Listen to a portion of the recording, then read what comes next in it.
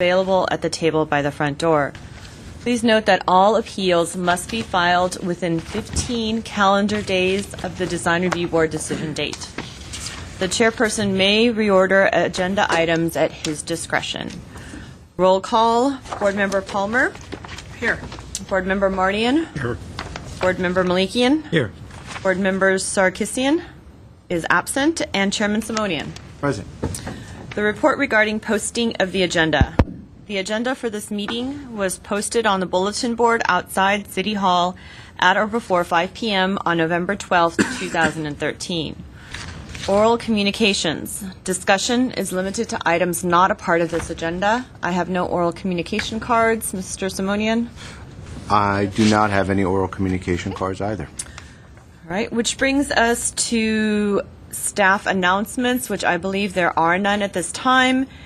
And we have 4 items on this evening's agenda, the first of which is on the consent calendar. Due to the fact that we have neighbors regarding that particular case who wish to speak, the board is being now asked to take the item off of the consent calendar and put it as a regular item on tonight's agenda. So with that said, I'd like to turn the meeting over to Chairman Simonian. Thank you. Well, welcome everyone. Welcome to this evening's Design Review Board hearing. Our first case then will be what was previously on the consent calendar, which is now moved open. The case is PDR 1322726, and our case planner is Mr. Collin. Thank you, Mr. Simonian, members of the board. I'll do my presentation right before the board behind you. Okay. This particular project is located at 2201 L. Arbolito Drive. It's a legalization of 547 square feet, which is broken up into 2 pieces. We have one piece, which is 360 square feet, which is visible from the street. One of the main reasons that it's required to come before the board because it's more than 200 square feet visible from the street.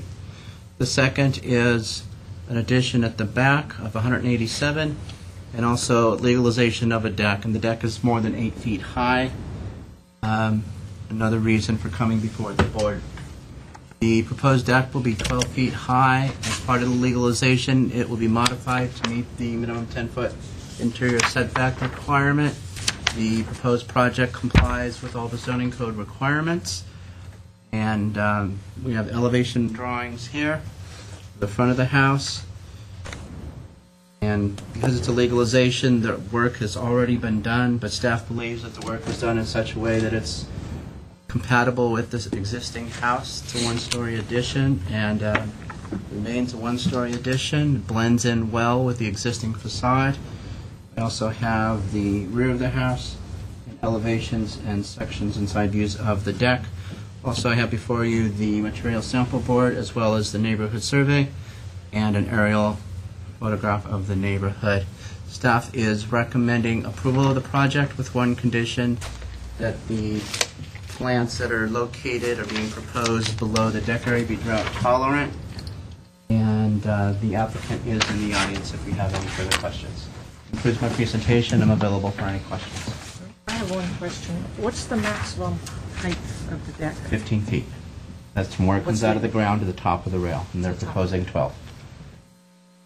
And when you mentioned it was 8 feet high, they are modifying... 8 feet's a trigger point. I'm sorry. 8 feet is a trigger point for which requires it to come before Design Review Board. In which case this is 12. Correct. They're just modifying the edges or the boundaries or whatnot. Quick question. When you said 15 feet and where it comes out of the ground, the section of that, the point that it's meeting the ground, it's further in. So the measurement, it's not from... We project it out from where it comes out to the top of the the rail. top of that. So it's not carrying this down and that. Right. It's from Where it this comes out of the ground out to the top of the rail. So they can cantilever this another 10 feet if they can. They're still going to measure that. As long as it's not more than 15 feet. That's correct. And then anything with cantilevers would be lot coverage. I just wanted to know approximately where the existing legal deck is right now, because it has a curved. Is this whole deck Well, being legal deck removed is and being- replaced? It's being legalized. It was, from what staff understands, it was done without permits. But So what they're doing now will comply with code. I understand when I was out there, it's just a retaining wall going all the way up. So this particular design has a concrete deck with columns and so forth. So I'm assuming that whole thing is going to be replaced. Not with the architect. That's my understanding.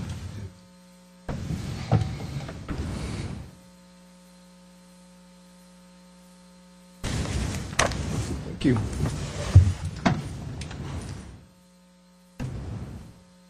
This first speaker is the architect, Armen Kazanjian. Good evening. Good evening. My name is Armen Kazanjian. I'm the architect on the project. Richard DiPrio, the property owner, wanted to be here but couldn't be here. He's out of the country in Asia. He left a letter. I don't know. I gave it to Brad to pass out to explain the situation. I wanted to give a brief background. It'll explain a lot of things.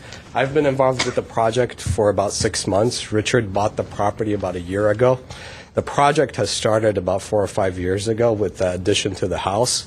But through a series of revisions, some of which official and some of which not so official, the scope of the work changed, and they converted a patio that was shown on the original plans into a livable space, which triggers the design review board issue. The permits aren't closed. They were opened. There was inspections done, and it was enclosed. So, in talking to the inspection department, we're trying to legalize or bring the house in front of the DRB and make sure everything is okay, so that we can final the house part of it. Now, the deck in the back, there was pretty much a retaining wall built there without permits, which didn't meet any of the zoning codes. So. After studying it, it didn't meet the setback requirements, it didn't meet the height requirements. We decided we're going to demo that and designed a new deck that was meeting the setback requirements, meeting the height requirements. So the existing structure that you may have seen there is going to be demolished completely, and the proposed deck is going to be built in its place. Richard sort of bought the property and inherited all these problems. One of the reasons he bought the property was because of the deck. Without the deck, you don't have a backyard there. So he's interested in doing everything and making sure everything is by code and done legit. His one of the things he wanted was to have some lawn there, so we've designed it with a deep concrete deck that will accommodate some lawn. Between me and Richard, we tried to outreach to the neighbors immediately around us and sort of make sure they were all okay with it. I'm a little surprised to see the neighbors to the south of us. Last we talked with them, it was a meeting between me, Richard, and themselves, and they had some objections to it projecting a little bit and blocking a little bit of the view, but it seems to be that they were okay with it in general. We also talked to the neighbors to the north. And they wanted to see the deck get a little smaller away from their property. And after meeting with them, I adjusted it. I brought it back a couple feet. Also, they had a concern about accessing the slope down there, so we put a set of stairs going down there as well on our property. I think they might have felt a little more comfortable with a little bit more of a reduction.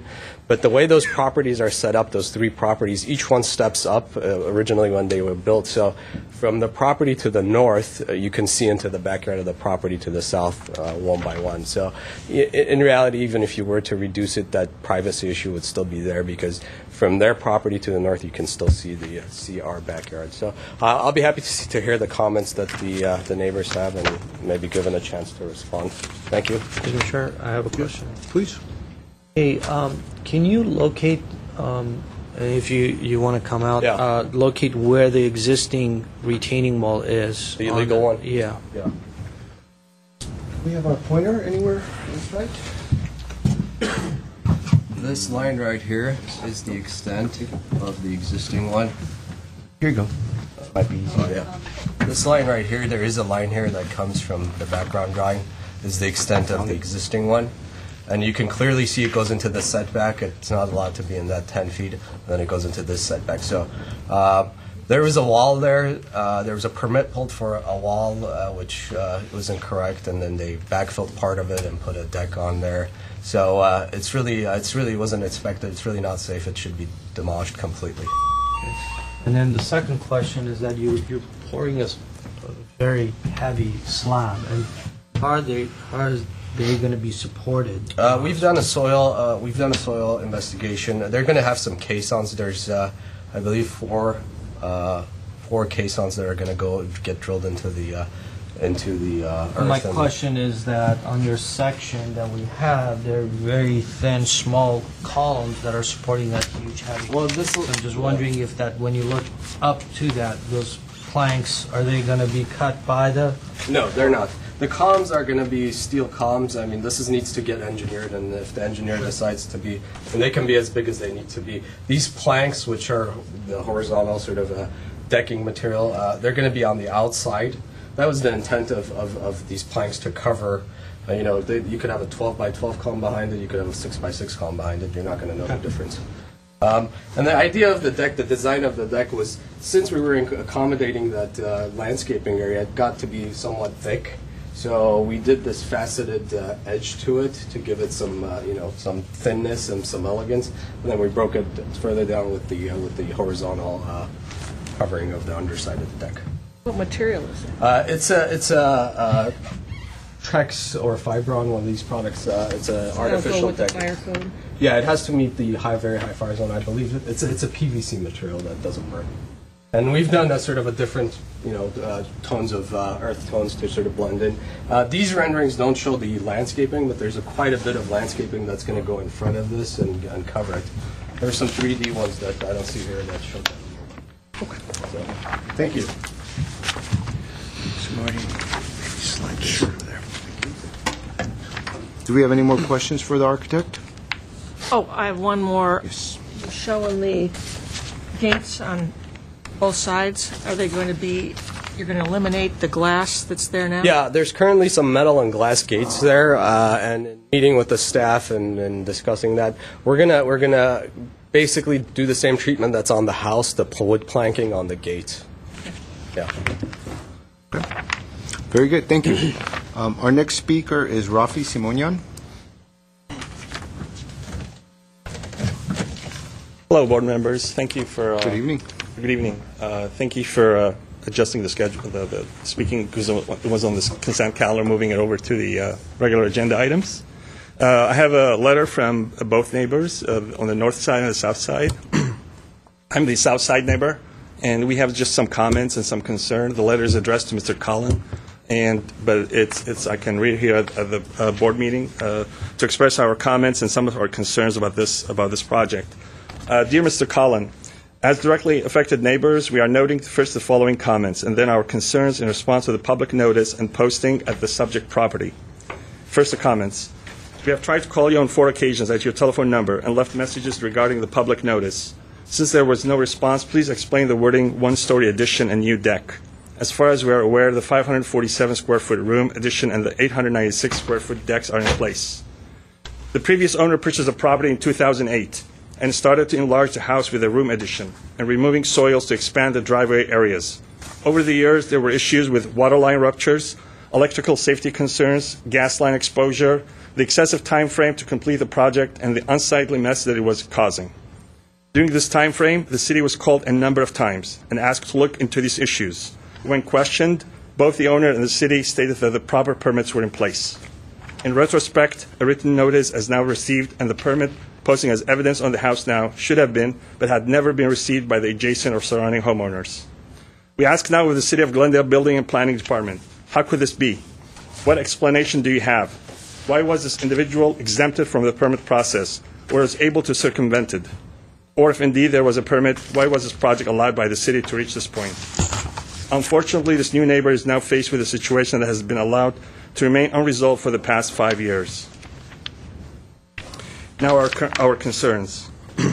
Views on both sides have been obstructed that affects our property values. A 6-foot-high mirror partition wall-type structure towards the rear and above the 2175 property is also an eyesore. It should be noted that the city had been called on this issue, but no response has ever been received. It appears also that the size of the 896 square foot proposed deck will further infringe by another 3 feet the view at 2175. At 2205, the current room addition has already obstructed some of the view. It is not fully known what the proposed deck configuration will be on that side of the property. This is not acceptable. Who is responsible for any loss of value to our properties?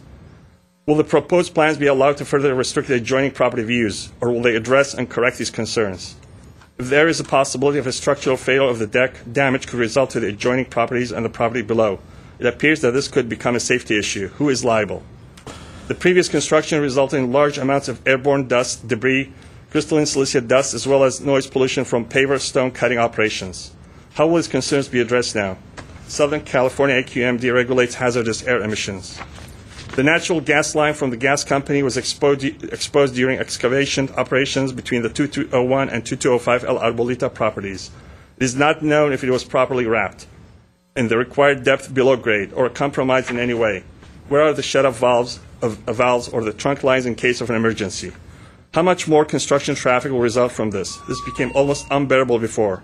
Sir, everybody has a time limit, so please wrap it up in 5 seconds. I have only 2 more comments. Will brush clearance concerns be addressed to mitigate a potential fire hazard? Once the plans have been reviewed and accepted by the affected neighbors and the city, what will the time frame be to remedy the situation? And what inspection will the city put in place to finally end this agony? Thank you. Do we have any questions for the speaker? No. We have 4 agendas on the item, 4 items on our agenda, so we have to keep our time frame. Sure. So thank you very much. I would like to give a copy of this to... Please do. Give it to Mr. Collin, if you would. Thank you. Thank you. Are there any more speakers in the audience that would like to talk about this case? No? Okay. So with that, we'll go ahead and, well, actually, would you like to have a rebuttal and address some of these comments? And if you would, state your name for the record again. Thank you. Armin Kazanchan, architect on the project. We reached out to both neighbors. I'm very surprised at the general tone of the letter. This is the first time I'm hearing it. We were trying to work with them as much as we could. I have a feeling that a lot of this is from the previous owner that the current owner has inherited. So we'll be happy to hear some more things. I think some of those issues that I heard I think are not specifically about our project or the design of our project, but about blocking views. Our deck does not block any views from the northern property because it's sitting up a few feet higher than us. It's blocking maybe 2 or 2 degree of view from the southern property out of, 160 degree view. So, we discussed that and they seemed to have been okay with that at the time, and I'm very surprised about the whole thing. But I understand about the inconvenience that they've had to deal for years. It's just might be directed to the wrong place. We're trying to make it as good and as legal and as conforming to the codes as we can. So that's about it. Thank you. Thank you. Any questions for the architect? So with that, we'll go ahead and close the public portion. Mr. Malekian, you want to start us off on this one?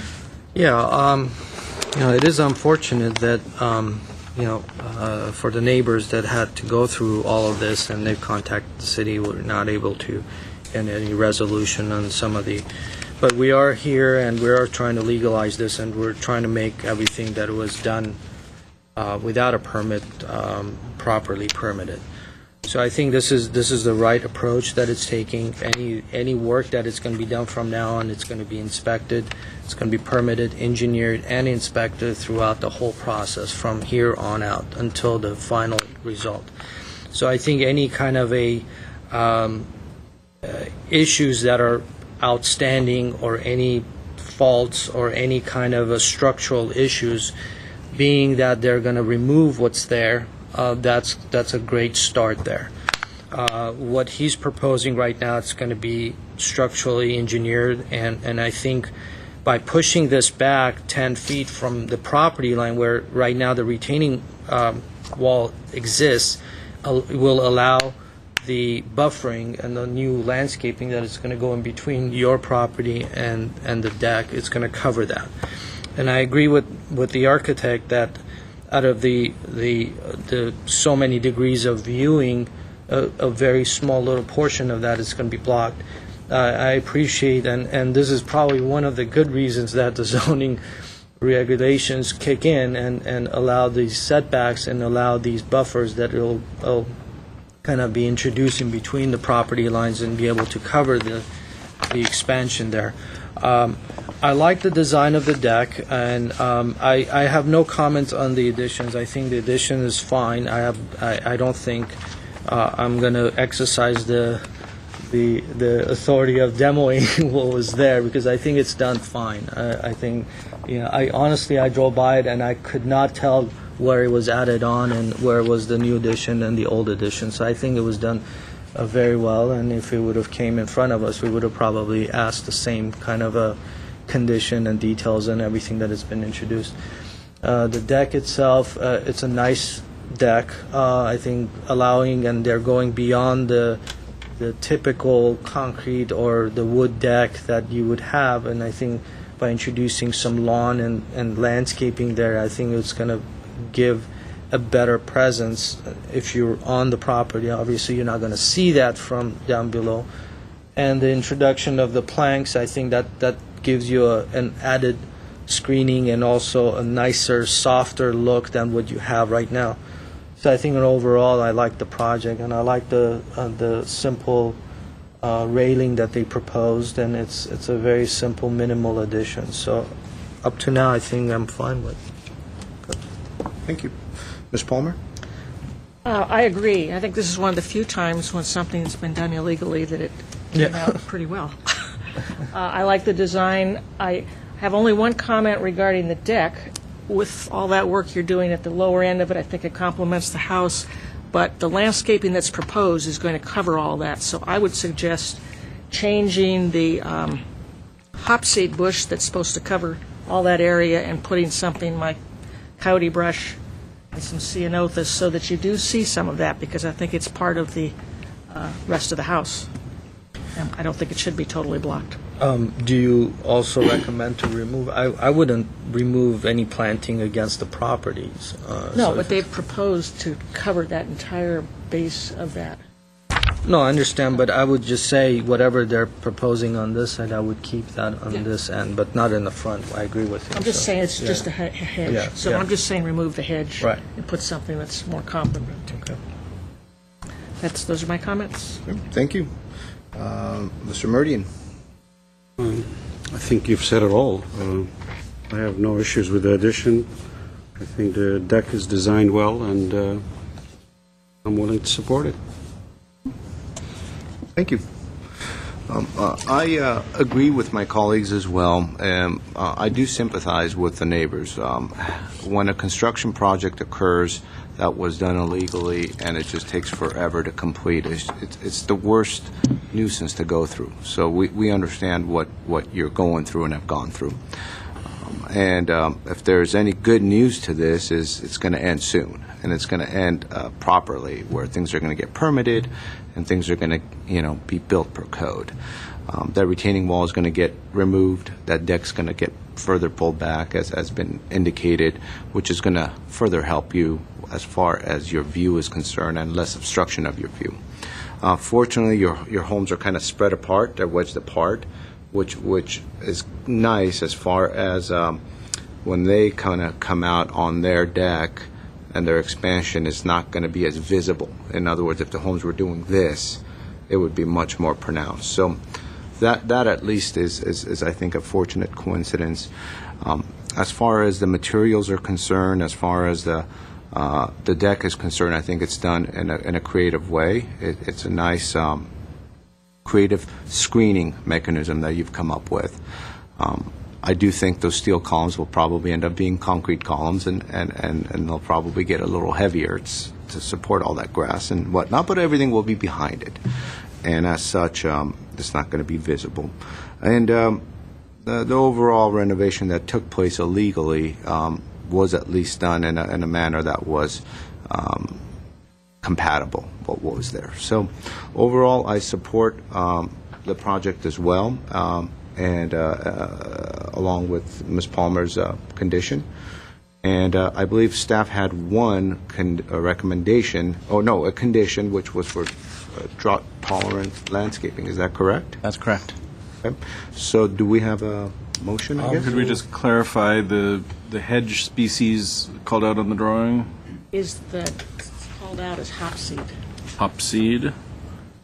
To replace that with coyote bush? Coyote brush and ceanothus. That's a It's condition, at or? S1. What's that? S1 on the plan. I see, okay. I just think it needs to be seen rather than totally covered up. So that's why you're here. One.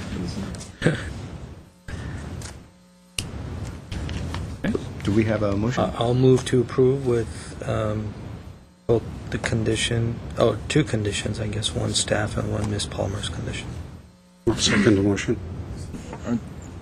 To clarify, our condition was for plantings at the base of the deck, and we're talking about They plantings. have on the plan is Drought drought tolerant. Right. Yeah, so we'll combine them into two, into one. Okay. And this will be roll call. Mr. Mardian? Yes. Mr. Malikian? Yes. Ms. Palmer? Yes. Chairman Simonian? Yes. Thank you very much. Thank you. Our next case is... And yes? before, if the neighbors have any more questions from permitting and everything, I think you can talk to staff, and he'll Glad be to more than hear. happy to. Thank you. Our next case is PDR 1327024. The address is 806 East Chestnut Street. And, Ms. Ask? Yes, give me 1 second. We lost a piece of...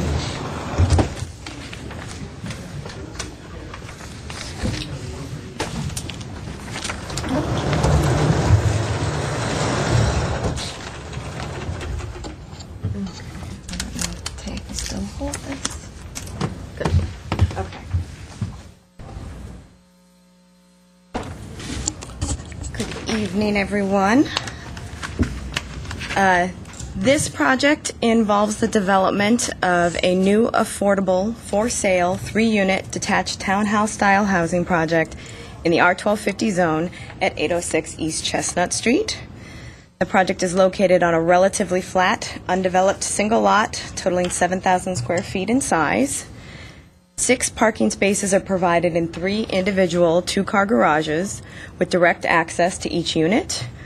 All 3 units will be affordable to low-income, first-time home buyers. The project is designed with influence by the Craftsman style, which is commonly found in the area. The lot, which is owned by the San Gabriel Valley Habitat for Humanity, is surrounded by multifamily uses on all sides.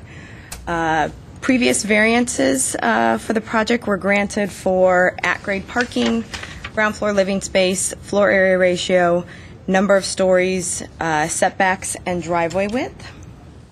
As far as site planning goes, the project is situated mid-block with street access on Chestnut Street. It's on a 50 by 140 lot. Unit 1 directly faces Chestnut Street, and units 2 and 3 are located directly behind. The 3 units have been positioned on the lot to create as much separation as possible between the units and neighboring properties while trying to achieve a single-family feel with individual garages, direct access, and large usable private outdoor space at the ground level. Each unit features 3 bedrooms at approximately 1,648 square feet. 1 driveway located on the western portion of the property provides access to all 3 units, but widens at the front to provide access to the front-facing garage. Common open space is located on the east side of the property between the entrances of units 2 and 3. As far as landscaping goes, various shrubs and ground cover are located in and around the buildings. A 24-inch box Swan Hill Olive and Western Redbud are proposed in the front setback, and a 24-inch box Chatalpa tree is proposed in the common open space. All plants proposed consist of drought-tolerant and native plant materials. As far as mass and scale, the buildings will be 3 stories and 31 feet in height, which is the maximum height allowed by code. There are a single-story building to the east, a two-story building to the west, and three-story buildings to the south and north. The neighborhood is an eclectic mix of one, two, and three-story buildings. The design of each building is somewhat unique, with massing variations that maintain a consistent architectural language throughout the project. The projections and recesses emphasize each individual unit and provide a rhythm along the facades. Since the units are detached and large private open spaces are provided on the ground level, the volumes are broken up and the project's overall sense of mass is reduced. The architecture in the neighborhood consists of a mix of 70s and 80s multifamily apartment complexes, traditional single-family and multifamily buildings from the 20s to the 50s. The Craftsman-inspired design of this project is compatible with the overall neighborhood. The incorporation of front porches, horizontal siding, shingles, flat window trims, and gabled roofs help the project remain consistent with the influence of the Craftsman style. The siding is a varied palette of painted horizontal and shingle siding.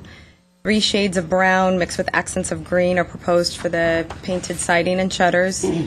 Bronze-colored vinyl windows and sliding doors complement the overall color palette. The windows are slider and casement, with the casement windows featuring external divided lights. A 4th shade of brown is proposed for all the doors, garage doors, windowsills, fencing, trash enclosure, and the base horizontal siding at the bottom of each unit. Staff recommends that the board condition the project to eliminate the extended lintels proposed above each window with shutters and change the textured siding to a smooth surface. With those conditions, staff recommends that the Design Review Board approve the project. That concludes my summary, and I'm available for any questions. Does the board have any questions for staff? Thank you. Our first speaker is the architect, Richard Dell. Okay. Ms. Wilkerson, welcome. Thank you. Good evening, board members. It's a pleasure to be here this evening representing Habitat for Humanity, the San Gabriel Valley affiliate. I'm on the board, and I am acting as the owner tonight. I'm really thrilled to have this opportunity. First of all, just a little background. Habitat for Humanity was originally founded in 1976 by Millard and Linda Fuller in Georgia. And it was done specifically to do a hand-up for affordable housing, not a handout. And that's quite key because, as you probably know, we build with community volunteers and particularly sweat equity of the families that are selected to occupy these homes. And that is part of their commitment as first-time home buyers. They are all low-income people, and this would be their only chance to ever own a home in today's market in our area. So we built our first home in this area, our affiliate, in 1992, and we had the joy of having that owner just recently pay off the no-interest mortgage, and she owns her home outright. It's a real joy on our circumstances to see a family reach that wonderful time in their lives when they can say, we own our home. We've never had a foreclosure or sale of our 59 homes built in the affiliate since 1992. We're very proud of that. And most importantly, we have a very long-running relationship and commitment to and with Glendale. We've done 7 builds in past, and the homes are occupied by wonderful families, lots and lots of children. I always enjoy that. We have 34 homes that we've built in Glendale. This is going to be our 8th build, and so I'm taking this as an opportunity to advertise because we always like help from community members. So anyone who's interested in volunteering should contact our office. But now I can say the most important thing about this project in my mind. We had 500 people attend the information meeting about these 3 homes because they wanted to see if they would be eligible. And in fact, we had 65 applications filed. So that's 65 families that believe they were eligible for these affordable homes. So the need is great.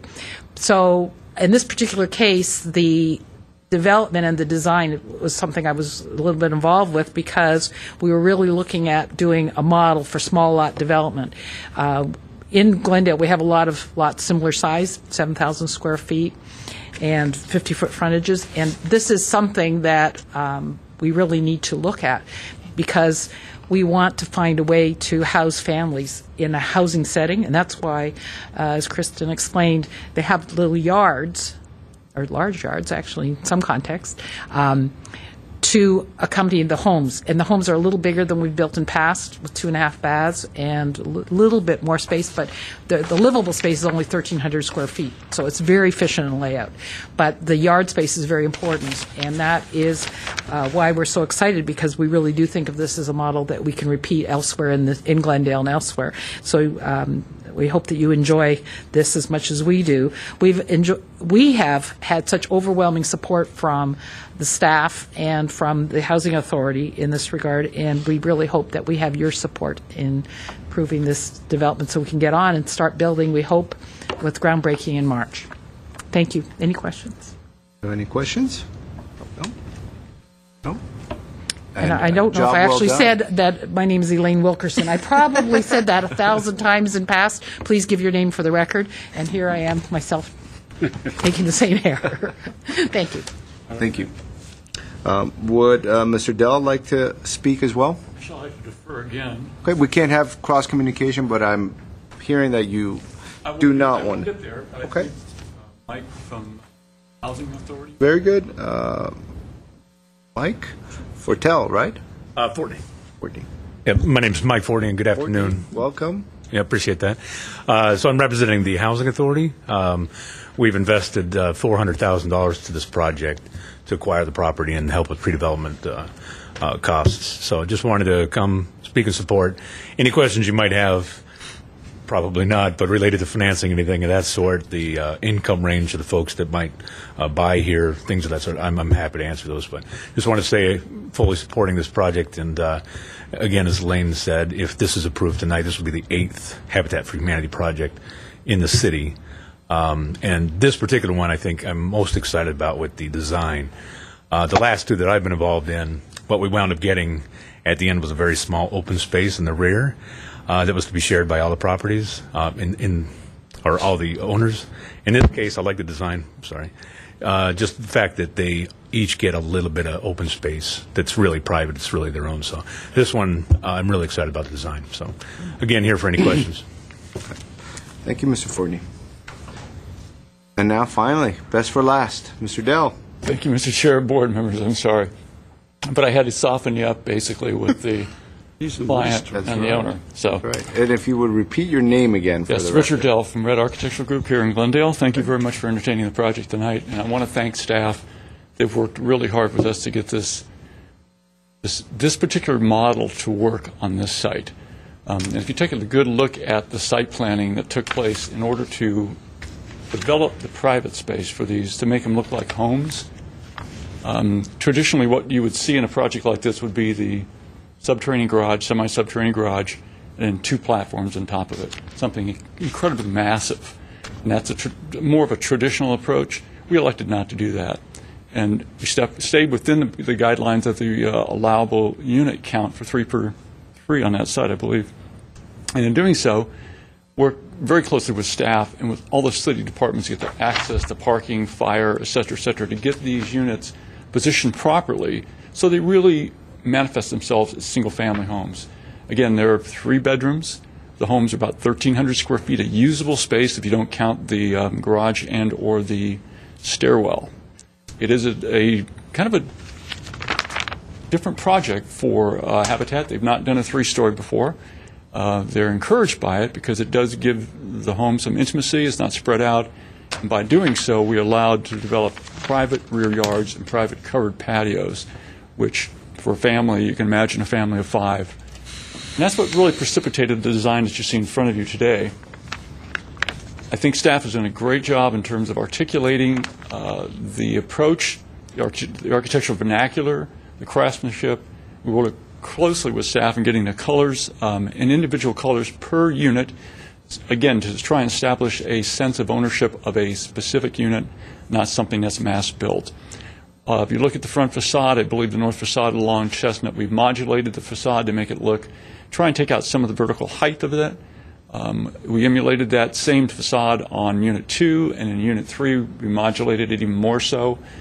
Again, utilizing really traditional craftsman elements and components in an effort to try and make these things look more as a single-family home versus a condominium, you might say.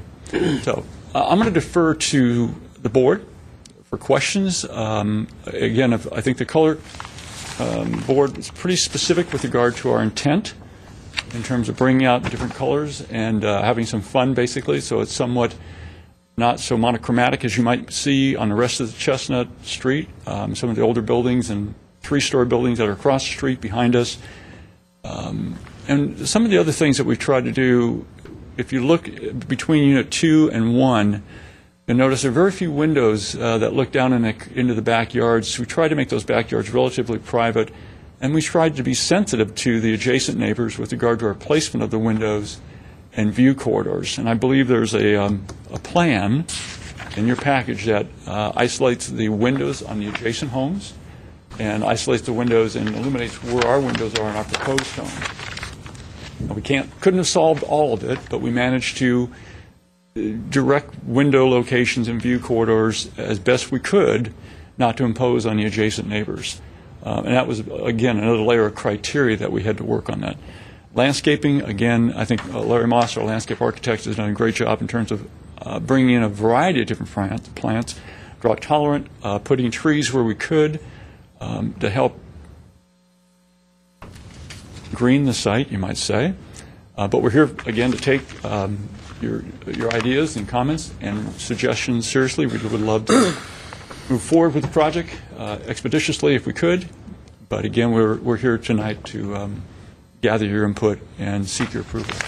And with that, I'll stand down and wait for the questions to come. Okay. Yes, I please. do have a couple of questions. Yes. Can you explain what are some of the CUPs or the variances that they've done, or the number of them? Because there's a couple of things that I just want to have questions on. One second. Does it say on this? Because I couldn't find it. On the staff On the report first there, on the first page? But these are the Those are the variances. Yeah. Okay, so if these are the variances, I thought that okay, you're right. When you look at the back area of the project, can you explain to me all this information that you've given? It says 8 foot, and you have an asterisk behind it, and there's a third and the second floor proposed. And then it says 14-foot average required, but you have an 8-foot setback. That's correct. For the second and third floors. Okay, so As the wedding cake, if you will, when you go up, our code requires... So you are providing 14-foot in a second and third? You're not? We're not. That's one of the variances that were approved. Correct. Now, being that you have this back area closed off by the gates on either side, assuming that it's a private little area for the last unit, why was the last garage set as 24 feet where the front ones are 21? Why couldn't that be set back 3 extra feet to be able to give them a little bit more backyard? Based on the 21, it seems like it's working. I'm just wondering. Notice the trash cans that are dotted inside the garage? Okay, but then where are the other trash cans? They're on the outside of the wall. And in doing so, this is a byproduct of, again, a variety of different things. Let me see if I can summarize this very quickly. If you look at the walls, they stack. We had to make sure these walls be as simple as possible. Most of the walls are cantilevered, second, third floors. There's cantilevered on all sides. Getting our structural analysis and our shear walls to work, we tried to line up the walls as best we could. In this particular case, we got closer than the other two. If you look very closely at Unit 1 and 2, every wall cantilevers out. So in order to make this work, we elected to widen the garage, and more specifically, there is a sigma with someone who thinks that they're getting the back unit. So this particular unit got a little larger. because we could. We asked specifically for that to accommodate a variety of different things. One of the challenges building with Habitat is that they build with volunteers, all volunteers. So the simplicity of the structure needs to be focused on. But more importantly, we try to get as much room as in that one back garage as we could, because it's got to navigate and back out even more so than Unit 1 and 2. So it gave them a little more negotiating room inside the garage. And again, Unit 1 and 2 garages are the bare minimum. It's not something I would prefer to do, but unfortunately we didn't have any other room to do it. But on that back unit, in Unit 3, we had a little more breathing room, so we could expand accordingly and then stack the back wall, cantilevered the front wall, you might say. Yeah, the question was coming back, I think somebody mentioned about the open space of this project, and there is room to have more open space rather than maneuverability. It would wreak havoc with some other issues that we are trying to work with, actually. So, all right, that's it. Thank you. Mr. Dell, where are the trash enclosure areas or trash areas for Units 1 and 2? They're right on the west side of Unit 3. Oh, I see. And there's a trellis that goes over them, and they're basically out of sight from the street. But to expand that, because of the design criteria required by the city, this is as large as we could possibly get it and accommodate individual trash cans versus a large commercial dumpster and bin. Again, single-family approach versus a multi-family approach. Very good. Do we have other questions? Yes, I have a question, Mr. Chair. I actually have a question also for the applicant. Correct me if I'm wrong. I thought zoning code requires a land area of 2,500 square feet per dwelling unit in order for you to do an on-grade project. Is that something that has changed? That is one of the variances that they got approval for at-grade parking. For at-grade parking? Correct. Because this But aside from that, wasn't there in order for you to have okay, then so it works both ways. There was another variance, too, that allowed for less of a square footage on the ground level than the first floor. Right. Yeah, it's the parking and the ground square footage was all wrapped in that one particular variance. And I had a question, Mr. Dell. Where's your gas meters, electric meters going to go? The reason I'm asking you, I'm very familiar with some of your projects. The last one on, what is it, Geneva? Correct? Habitat. Past projects, which I was not involved in. Okay. But we are going to discreetly put them where we can. Okay. Because it's just right next to it's just right in the front there. Yeah. Unfortunately, the service providers have a lot more influence on that than we do, regrettably. But we will continue to fight that because we too have the same issues. We don't want to see gas meters in the front elevation, obviously. Well, it was more the electric gas meters, we can hide them, but the electric But the electrical meters, precisely. That's all. But I appreciate that comment because, you know, we really want to keep that facade as clean as possible. Yeah, because you have a well-designed building. The other question, what's your material on the driveway? Probably going to be,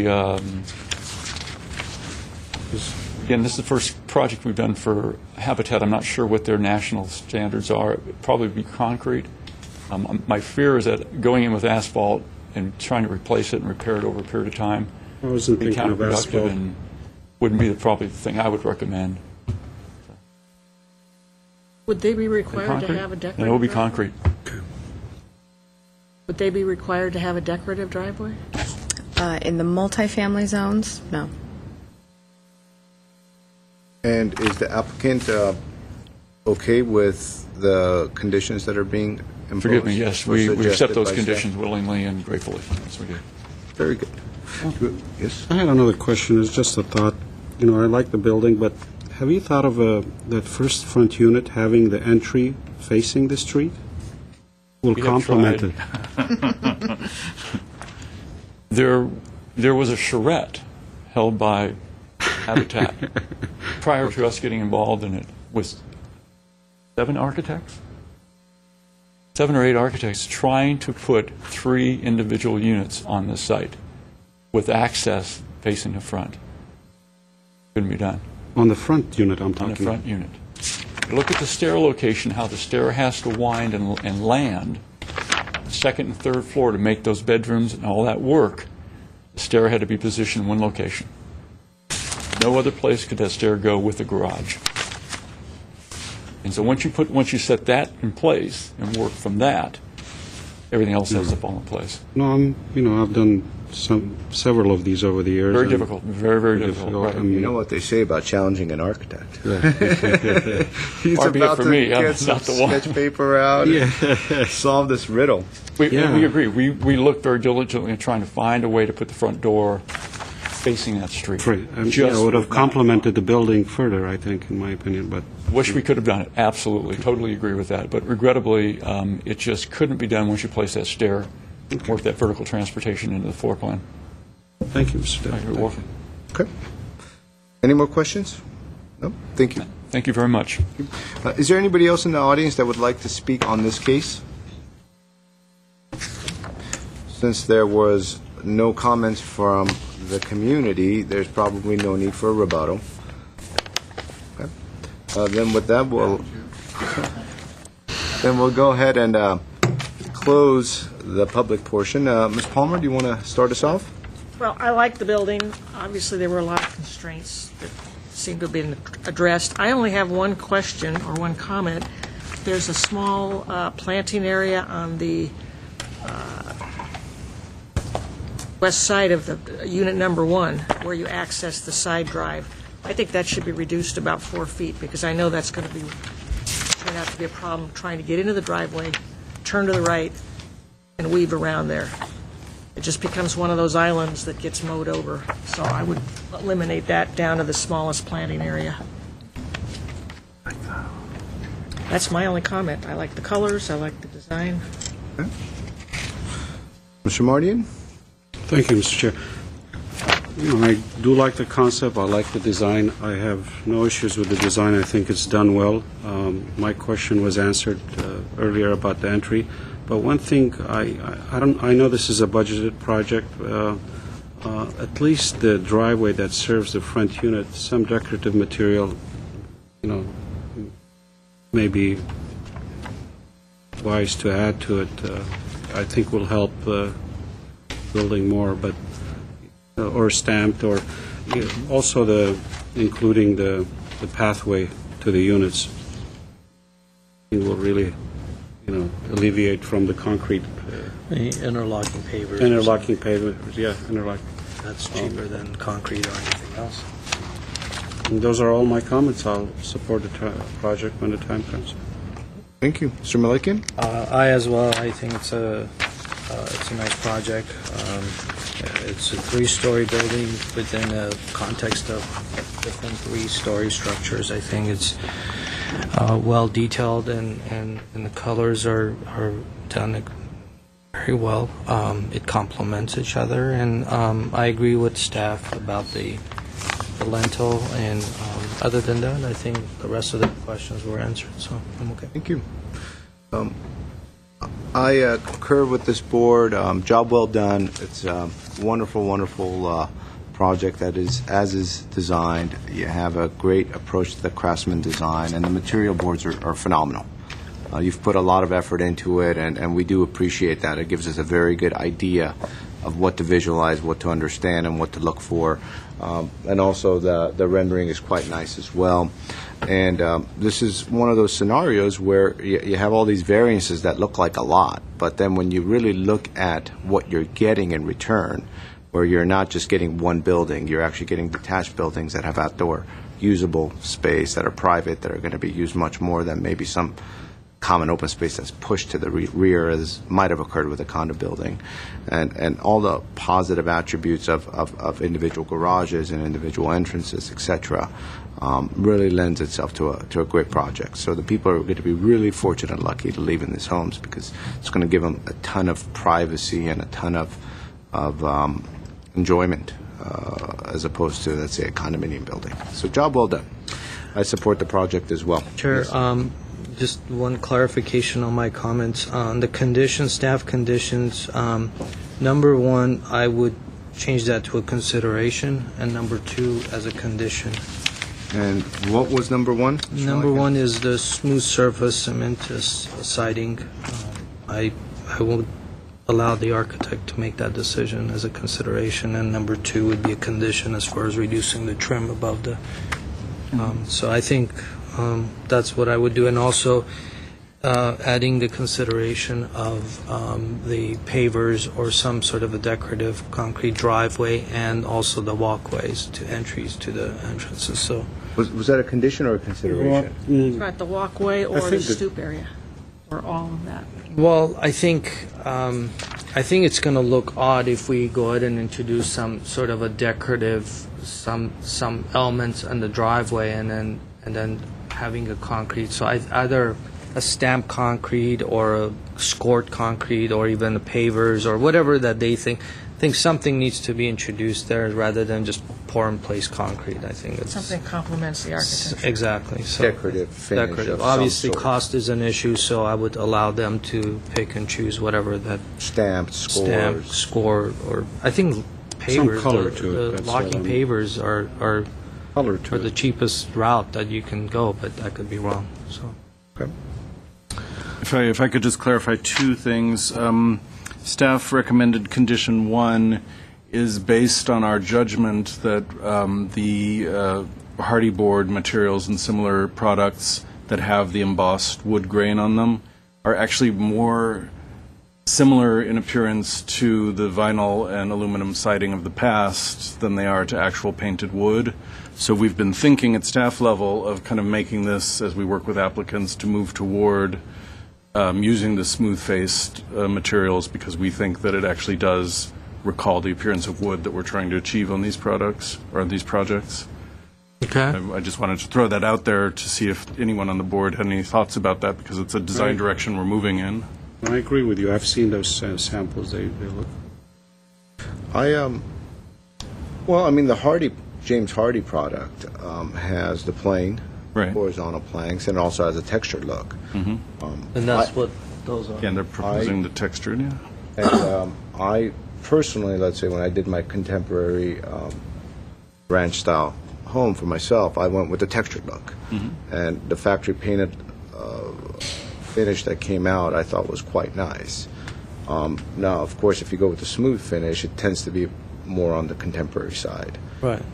So I think as some of these contemporary versions of a craftsman, I personally would not have an issue if it's a high-quality James Hardy product to have the texture, especially if it's like a contemporary craftsman.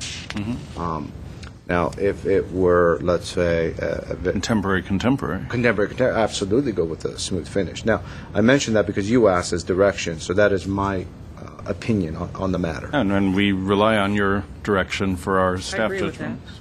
Okay, so we'll kind of separate it out depending on the. Yeah, and I goal think of in the- this case, you got different types of directional siding, and I think some of them that they are proposing to have a wood grain, I think it would govern to have that texture. That's my opinion. Okay, so think it we might we could even either work eliminate, or we could without. eliminate that entirely, or we could make it a Just a consideration. consideration. Okay, so, and then the second point would be with regard to Ms. Palmer's concern about the planting area on the west Yes. side. And I just wanted to clarify, is that the little kind of peninsula that sticks out to separate the 2 driveways? Where are we here? Right here. Okay. And we did think that that did give a little greenery in that Well, you wide. could still have some, but it goes out about 7 feet, and I just Okay. know the first car that goes through there. Okay, so if we pull it back to Pull it 5 back, feet you or Still so? have room, maybe 30 inches Okay, of planting. but not eliminate the No, whole. no, okay. Okay. We're It's good. quite nice where you've suggested it, yeah. Just won't be there if you Right. put 7 feet. Roll right over. And that would be a condition. I would make that a condition. Okay, very good. Okay. Do we have a motion? I will move to approve. I'll second the motion. But did we add the condition for the driver? Well, would you Yes. like to hear the actual verbiage of it? Yeah, sure. Yes. I've written a condition for the driveway that some decorative driveway material, whether it's stamped concrete, scored concrete, interlocking pavers, will be used at the driveway and the walkway, as well as the introduction of some color that complements the buildings. That's fine. Thank you.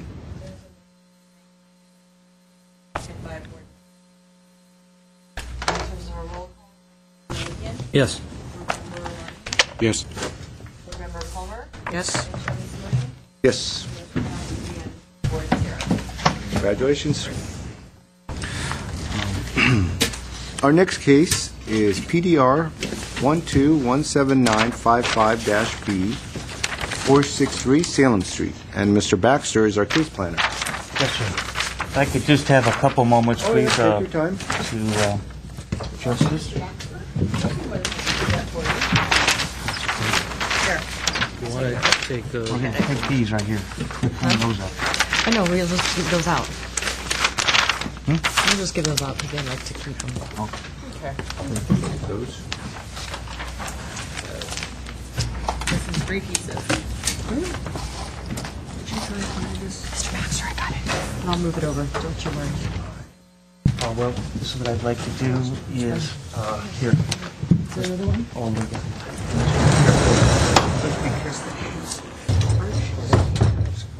There goes that one piece. No, it's actually... This is the original. So bizarre. Is the original one? I think so. Yeah, this must have been. bring it up. I haven't seen it Let's before. pull that one right there. Yeah, in fact, I'll Then give here we it go. back now. Stick it in the base right there. This is what I'm here. No, not that. Here, let me show you. There you go. There you go. Go ahead. Here we go. Here we go. Okay. So, well, we tried what we... Right up here. Got your work cut out here.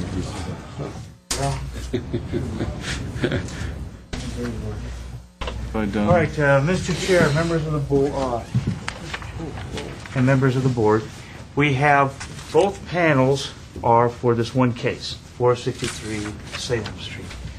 And you see the location map way, I guess that got handed out. This is, let's get that location map. Oh, There it is.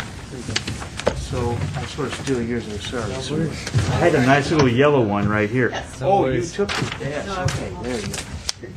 So that's, I kind of wanted to, but anyway, you can see, it's on the west side of town. Salem Street is, like one street north here and straight over to the west side of Central, Brand, Columbus. So it's basically at Pacific and Salem.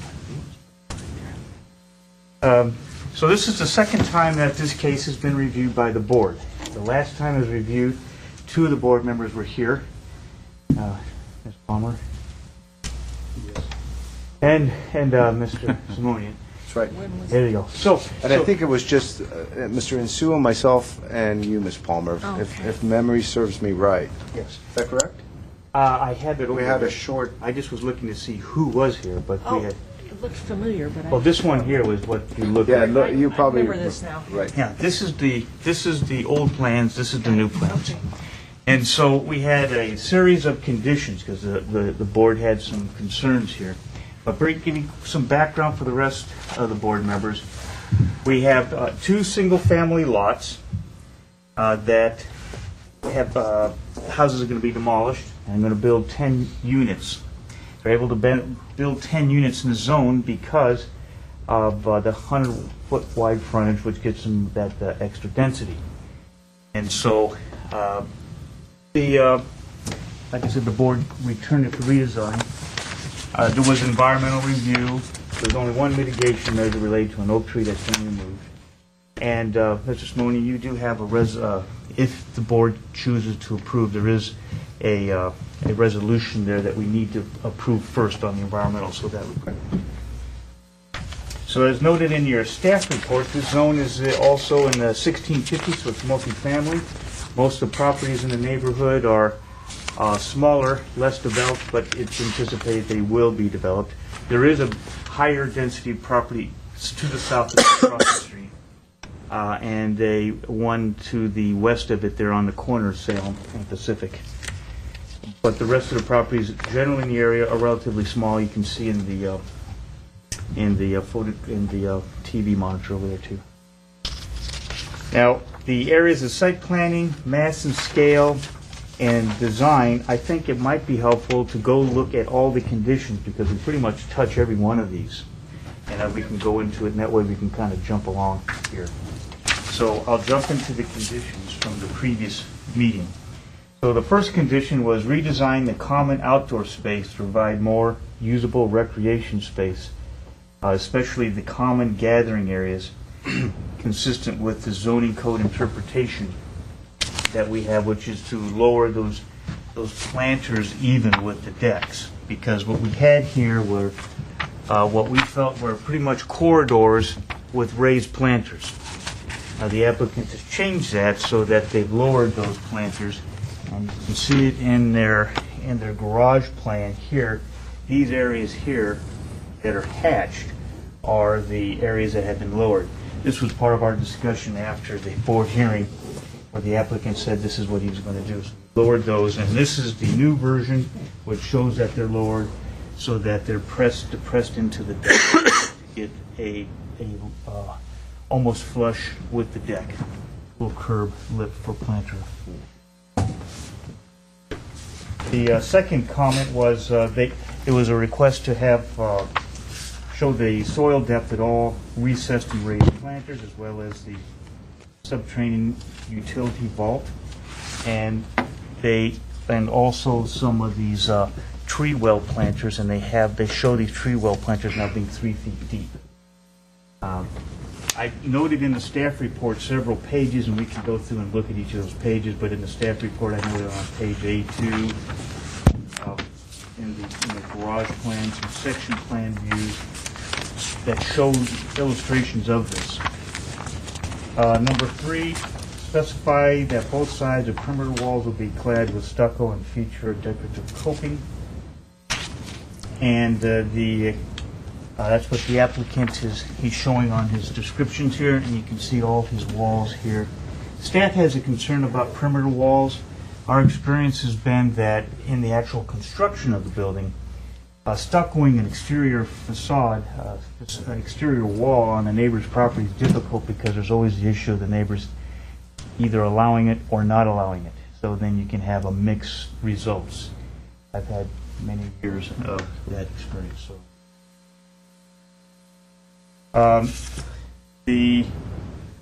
Use a consistent metal railing design. On the previous submittal, there were a couple of different metal railings. There were some that were kind of a bowed type and some that were straight, and we just asked that they be consistent, and they have shown that consistency in this new design. Decorative driveway material. They haven't specified an actual color, but they're showing a decorative paving material for their driveway. That's going to be like stamped concrete. They are not proposing any window grids. That was another condition that they had a concern over there. There was a condition about backflow preventers, fire department connections, and other equipment that is necessary that was in the setback, and the applicant has stated that they're going to be outside the setback areas.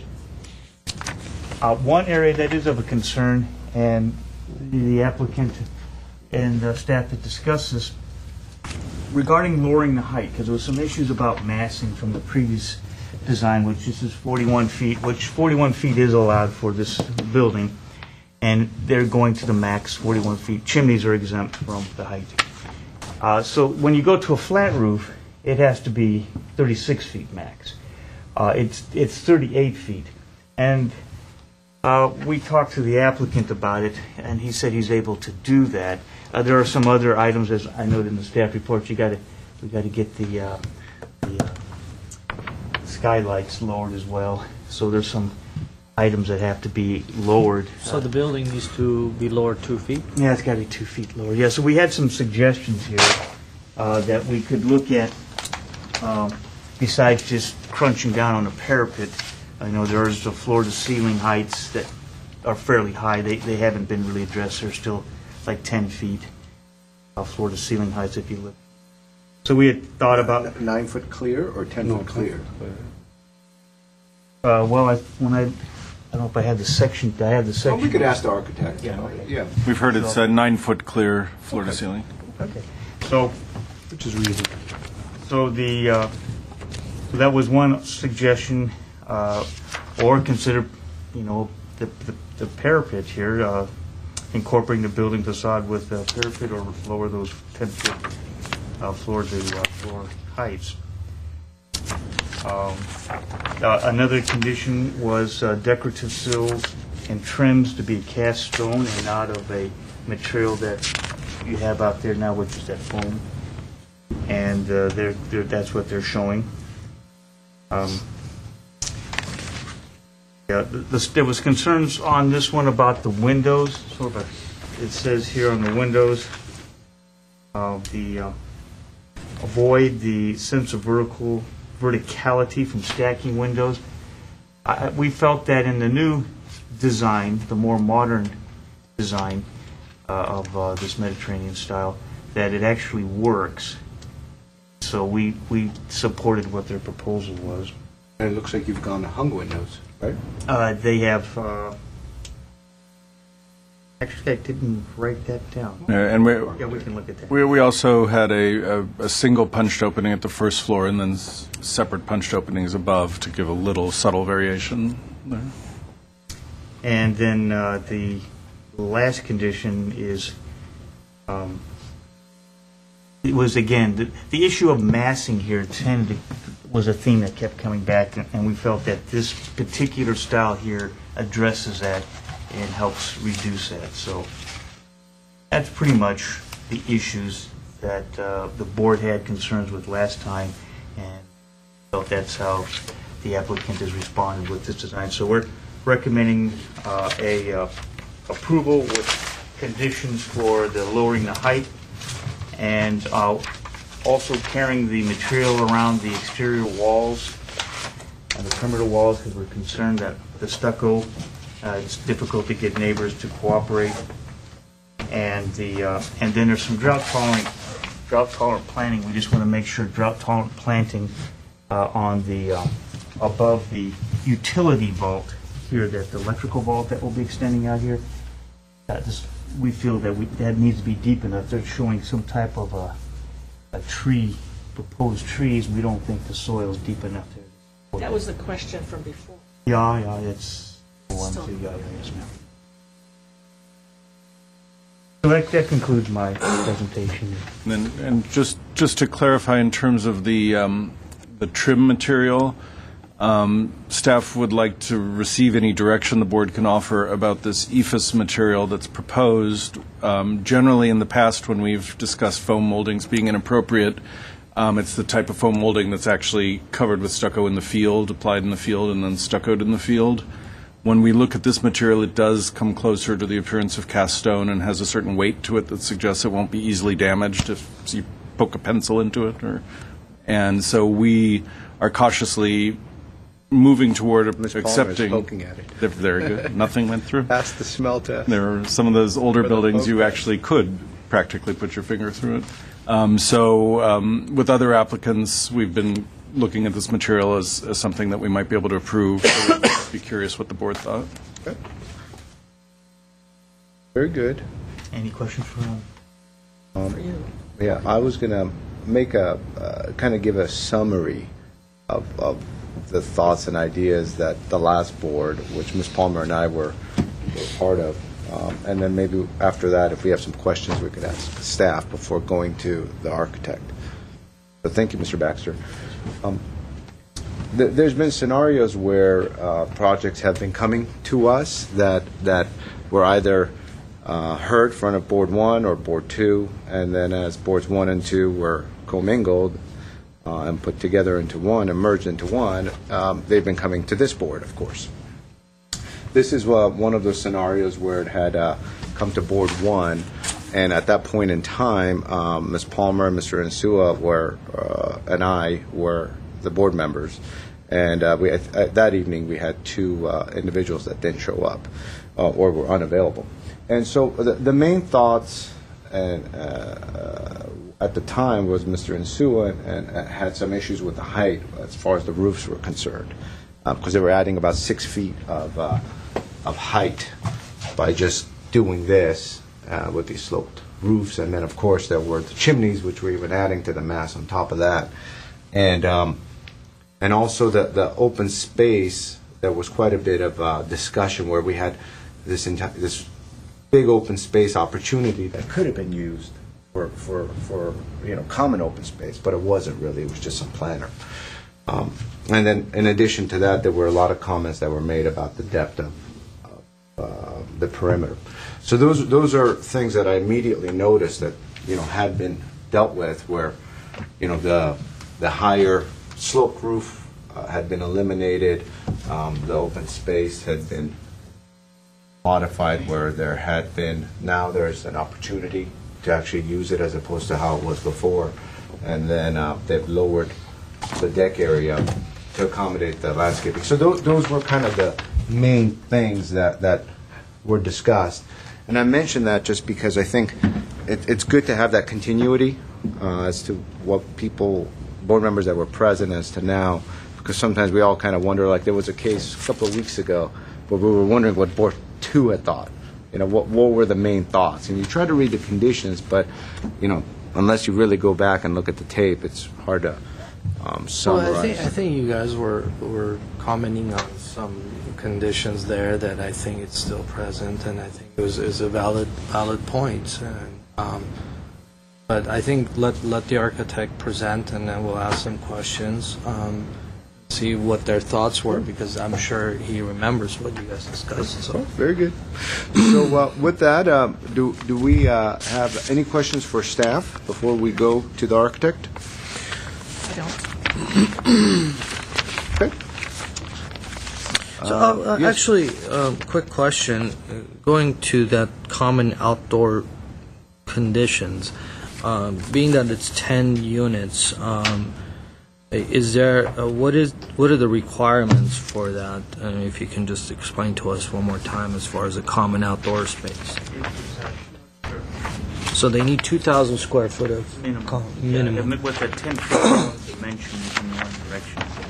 So having said that, they're assuming that we're using the front end of the property or the project on the, I guess, the east corner right above the driveway. They're using that as a common, and then probably in the back area being that. But also additional open space. There is an additional open space requirement as well when you have this extra density.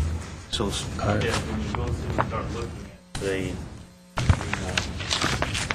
additional common open space, it would require for 900 square feet. So they need 2,900 square feet, basically. More like 1,000 square feet. yeah, about 1,000 square feet more. So they've actually minimum common open space. Minimum common open space, additional common open space. So yeah, they've provided more than that actually. It's like 3,500 square feet or so. Yes, sir. Okay.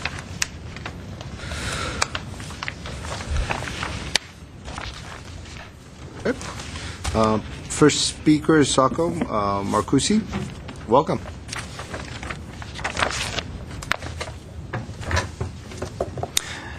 Good evening, Chairman Torosian. I'm sorry, Torosian, sorry. Simonian and members of the Design Review Board.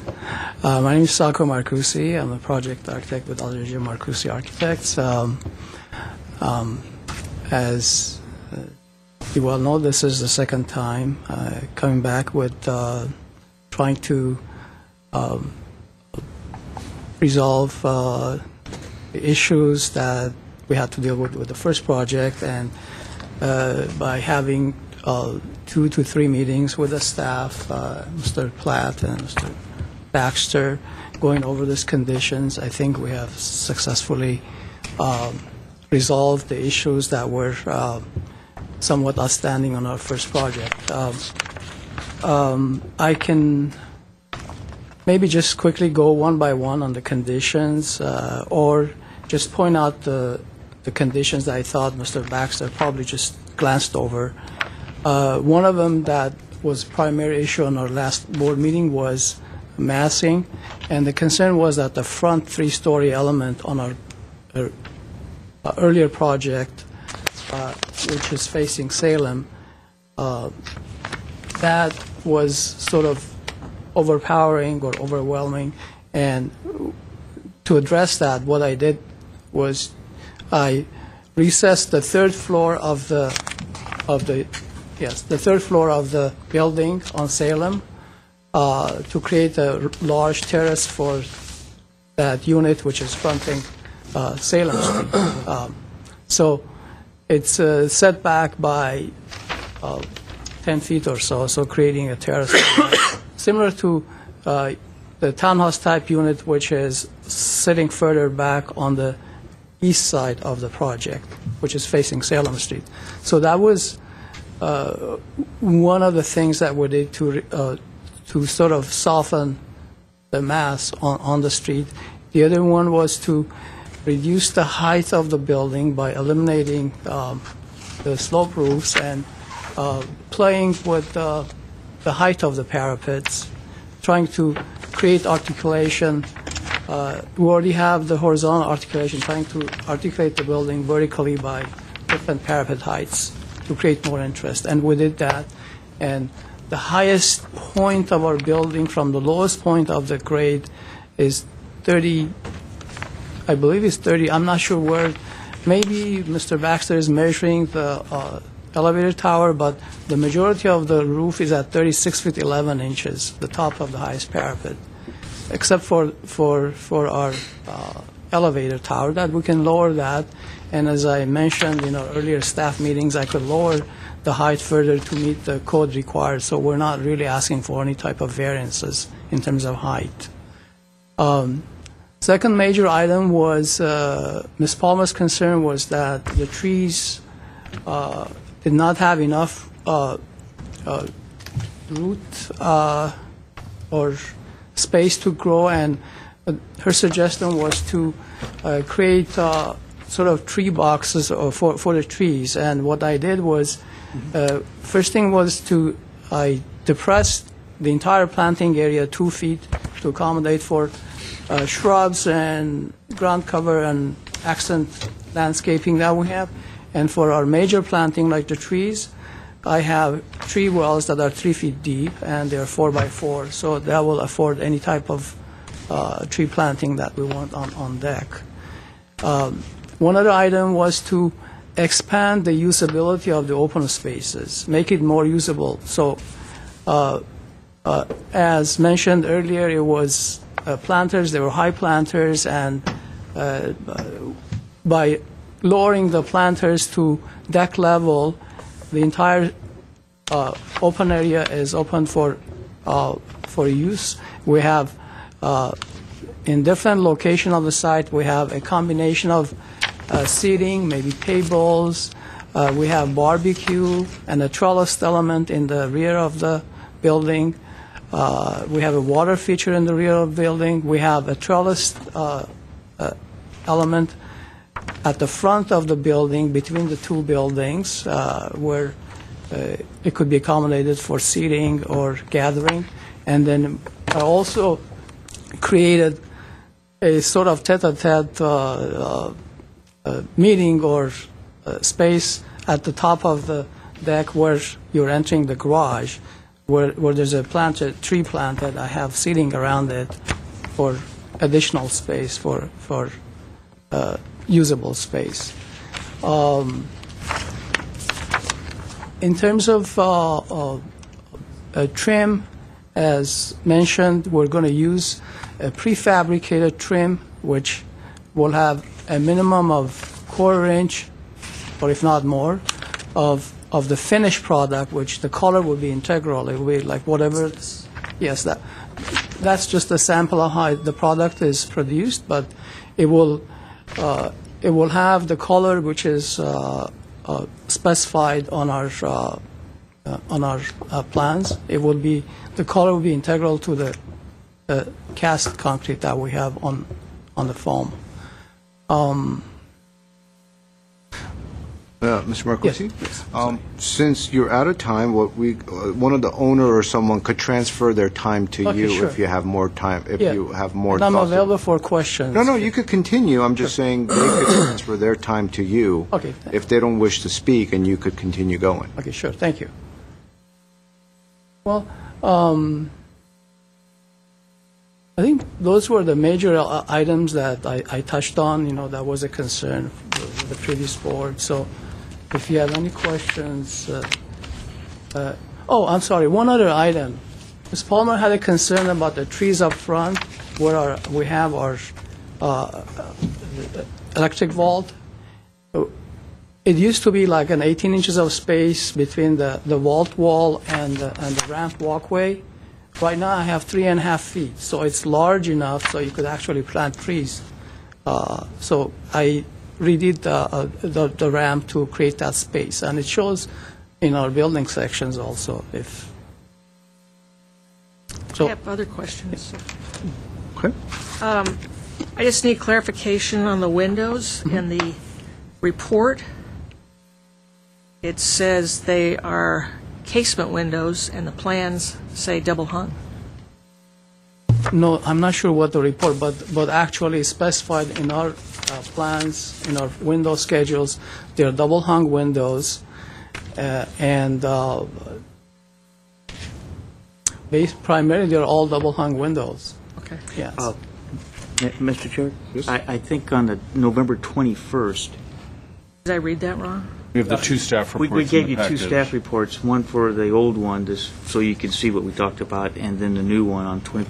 I'm looking on the 21st, and we have windows, mill guard or equal aluminum double hung windows, and aluminum patio doors, brownstone color. The other question I have is maybe you can come up and show us, where you've cross-hatched where the depression is. I don't see it on the east side or in the center, and we have planting. Yeah, primarily the depression is along the back side and the west side.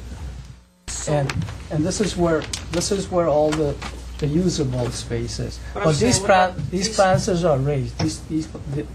This one and this one, they're raised. And the center area also? The center area, we don't have any plant, except for these two, And you have yes. this along here? Yeah, we have this one. These are raised. So this would all be raised above? Yes. And this would be depressed? Yes, because simply the fact is that physically it's not possible to depress the entire deck because, I just think we need clarification on the plan. it is, this is where the depression is. Okay, I was just wasn't Okay. clear that these were raised, and it doesn't, I didn't see where it Yeah, said no, that these are were raised, yes. Mr. Marcos, those planters above the driveway are also raised, correct? Yeah, these are raised, yes. These are raised planters. And the ramp, between the ramp and the wall of the vault here, there's a 3.5 feet dirt space. So the trees that are planted here will be along here on the dirt, not on top of the I think wall. that's going to be an issue with what you proposed. They might expand and take those off. We might need to change those trees in that area. If you have suggestions, I'm open to I'm just saying in 10 years, you're going to have I know that palms have a tendency to stay within. But the base expands. Anyway, just a Okay, comment. sure. Yeah, I'm open to suggestions. Do we have any other questions for Mr. Marcucci? I have a question. Looking at the sections, the parapets, as staff has indicated, the height, that could be reduced.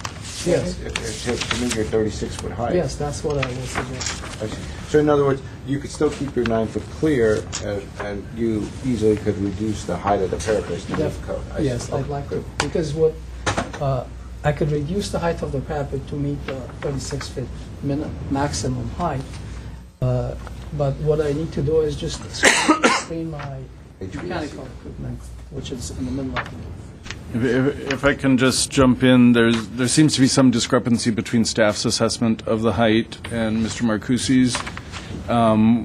We believe it is the current height as proposed is 37 feet 10 inches, so it's 1 foot 10 inches higher than what code allows. Okay. That's where the Mr. tower Marcucci, is. Where the tower is. I was just looking at, that's correct, sir. I was looking at your elevation on the top left plan, the lowest point on the far left side. Yeah. And then going to the highest one to the far right side, That's where I came up with the calculation. So it's off a little bit.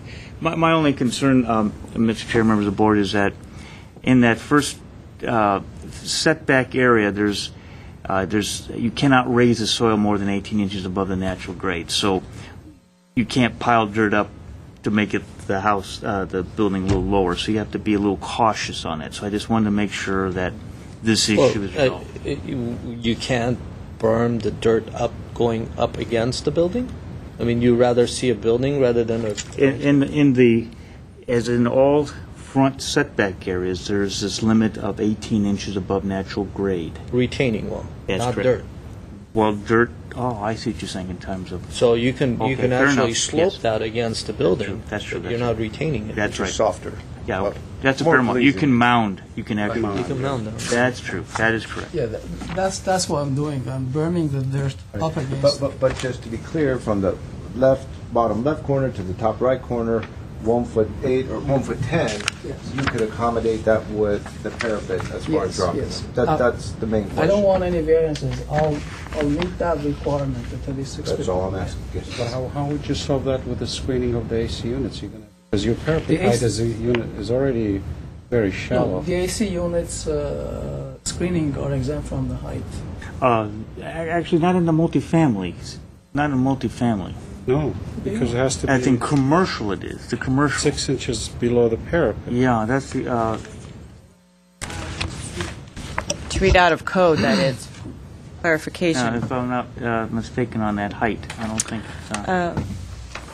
there's no In the footnote. multifamily residential zones, rooftop equipment shall not be included in the measurement of the vertical dimension, provided that said equipment is fully screened by a roofed element of the building having a minimum pitch described herein. So unless it's within something like a mansard roof with a minimum pitch to meet the requirements, unfortunately, it would not. It'd have to have that 3 You would and have to 12. have- It would have to have the 3 and 12. Okay, explain to me one more time. So if it's not pitch roof, then you can't have an equipment on the roof? Has to To be exceed enclosed 36 feet. To exceed 36 feet. 6 feet, yeah. Yeah. It has to be enclosed in a... The top Yeah. of the equipment would have to be 35.5 feet, so that the parapet would then be 6 inches higher than the equipment. Okay. Mr. Marquesi, why is it so critical? Why can't you reduce a little bit of the ceiling heights? Especially on the top floor, you have 10-foot top of plate. Well, if push comes to shove, I'm going to have to reduce the overall height of, maybe I'll go to a 9 feet 8 floor to floor height, and we'll have another 8 inches for the parapet. I'll play with the parapet so that I can achieve that 36 feet. But it's something that I have exercised, and it's possible to do it. Very simple. Okay. But it was my client's desire to have 9-foot ceilings, and it's very desirable. If you've been in a building with 9-foot ceilings, it's a much more desirable space than higher ceiling. But that's something that we could resolve. Yeah, I agree with you. I mean, you have here, I'm looking at this, the first floor is 8'6", the second floor is to the finished floor is 10, then the third floor is 10 feet to the top of plate. So you have at least a foot to make it work. You still gain you still keep your 9 feet. Yeah, I can do that. That's not a problem. That's why I was asking that Yeah. question, as a flexibility. Yeah. Okay. Very good. Do we have any other questions? Thank you, Mr. Mark. Thank you. Are there others in the audience that would like to speak on this case? Okay. See, in this scenario, since Ms. Palmer, then with that, I'm going to close the public portion. Ms. Palmer, do you want to start us off again, because you were president the last time? Okay. I'll start off with what the concerns I had the last time. Mm-hmm. I still think need to be addressed, and it's just a matter of working it out. You have depressed those areas, and you've raised the other planter areas, but the tree areas, you need to change either the tree wells or the landscape plan, and I would suggest that whatever the sizes are, because the 3 foot doesn't accommodate a 48-inch tree. So I would just make a condition that the raised tree wells be 6 inches taller than whatever size trees are being proposed, and that would cover all of them. I think that would work. And that condition could apply to all those planners. They would apply to all of them. And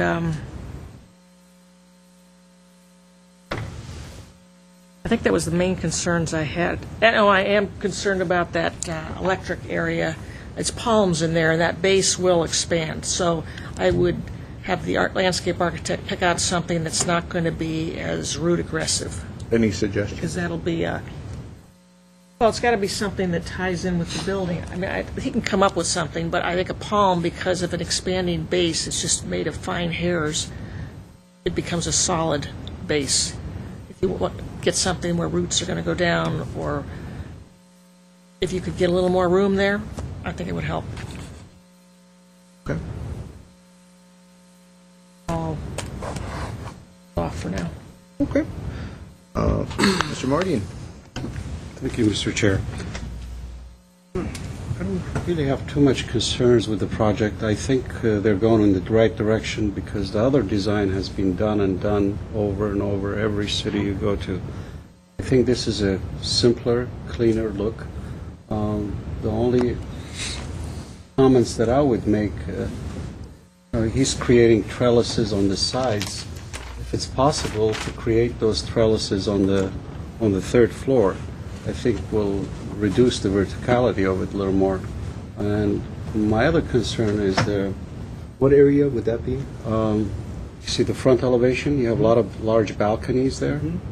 And he has the trellises occurring on the sides. I see. But I think if he introduces in the front, there's a consistency with the design, and I think will help reduce the mass further. These areas, maybe. Yes, those areas, right. It'll take it away from the boxiness. The other thing that I was going to suggest is, the railings on the side of the buildings are all open. In the past, with my experience, those balconies become a storage place, and everybody is going to store everything there. So if he could introduce the same elements like he does in the front, where it's half wall, half railing, I think that will, be much better. And I do agree with the staff that the building needs to be reduced. There is room to to reduce the height. And I do like the way that he's done the common area, incorporate that additional open space in the front, which is what the code was intended to do years ago when it was implemented. And at this time, those are my comments, Mr. Chair. But I think the design, and I do agree with staff also for, is the split face. I think it's a better approach because we're always running into neighbors' issues. You can't control at this point. So if they could do it stucco in the field and they'd get an agreement, I have no problem with it. But if they can't, then split face. As an alternative. As an alternative, right. And I do think this design is much simpler. It has more, articulations done in a different modern interpretation versus, I don't mind that design, but it's been done and done and done all over, Southern California. But with that, those are my comments, Mr. Chair. Thank you. Mr. Malikian. I like the direction that it's taken. I think in the direction that Board 1 gave the applicant, the architect, to reduce the, or play with the heights and everything, it's gone to the right direction.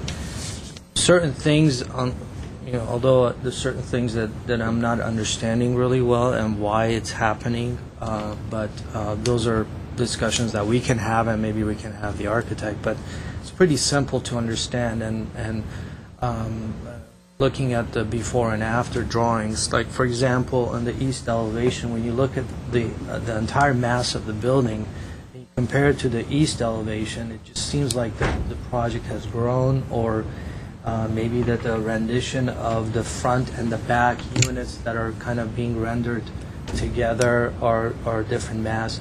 But in overall, a couple of things that I'm not understanding, and I don't know how the board looked at this.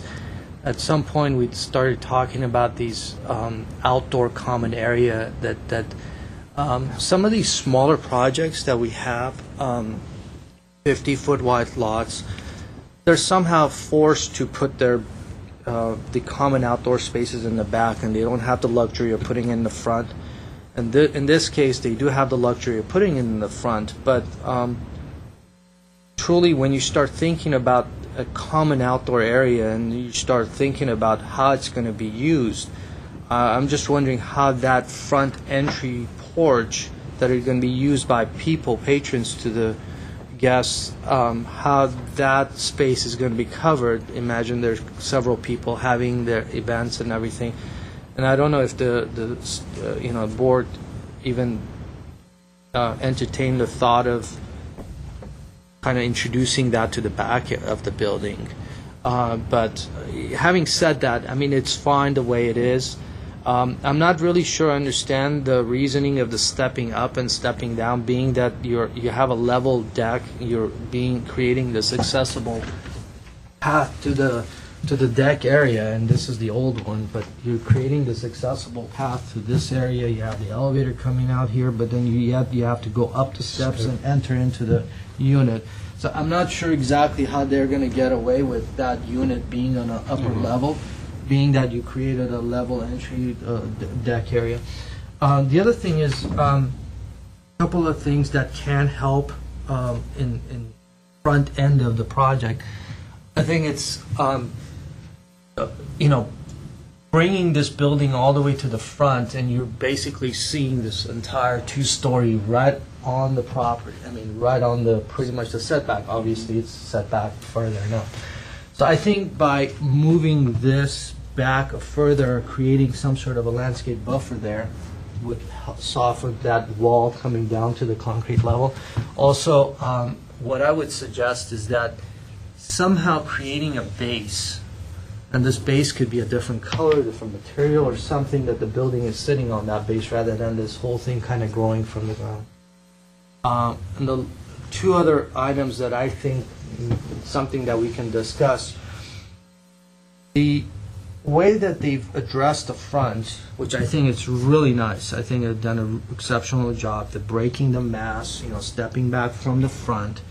But to me, it seems like they've created a front and a back, and the back is just basically it's all the way in there.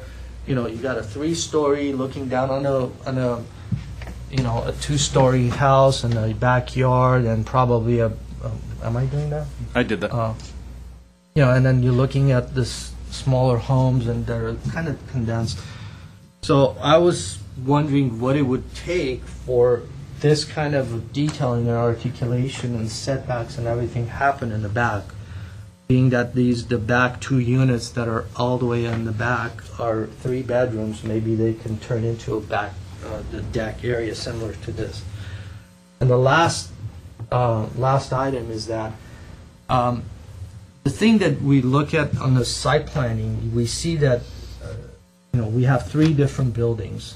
Plan, obviously this is combined with the stairs and all that. So as you go further up, you start seeing this 2 separate buildings. But when you're looking at the mass itself, especially from the front, by the introduction of this tower element, it combines these 2.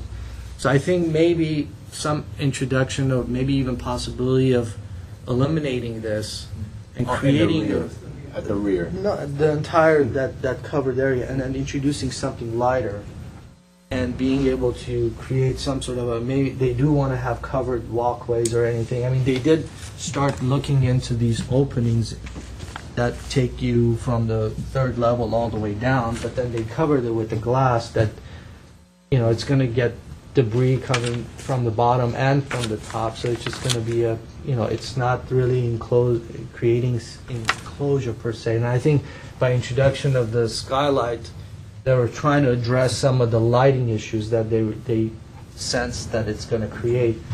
But by reducing this or even creating a smaller little covered area, maybe even trellis or something that will give that essence of, the two different structures rather than one giant structure. It's really not doing anything for me in that cover. So those are the things that I noticed, but none of them are deal breakers, but it's just a matter of discussion items for us. But just to clarify, Mr. American, that the raised deck area there, it's because of the driveway clearance, headroom clearance. I'm sure there's a reason for it, but I think by, I saw the section, they do have the step up, step down, but I don't even know. I don't, they'll have an issue there. I'm not 100%, but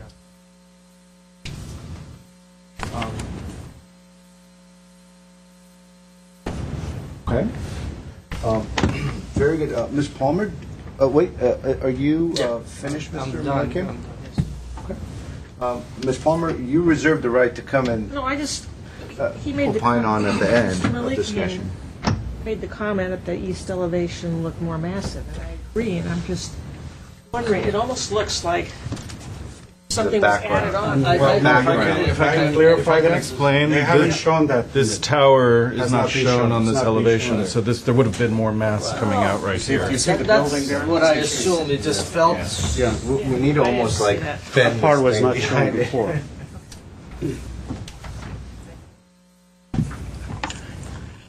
I have nothing to add to, I think, the comments that have been made. I like the idea about making that upper level a little lighter. I mean, it does break substantially on the third floor from the first floor. Yeah. Over here, there's balconies at the rear, right? Well, he has changed that from previously, if you noticed. The site plan has changed a little more in here in the back. The common area in the back has increased, If you say so. Yeah, it has, but look at the It's indentation in here. it's gotten deeper. Yeah, it's gotten deeper versus here. Yeah, I mean that's fine. But you see, I mean, I do agree with you, Mr. Malikan, about the common area. I'm one of the pickiest ones on the common area.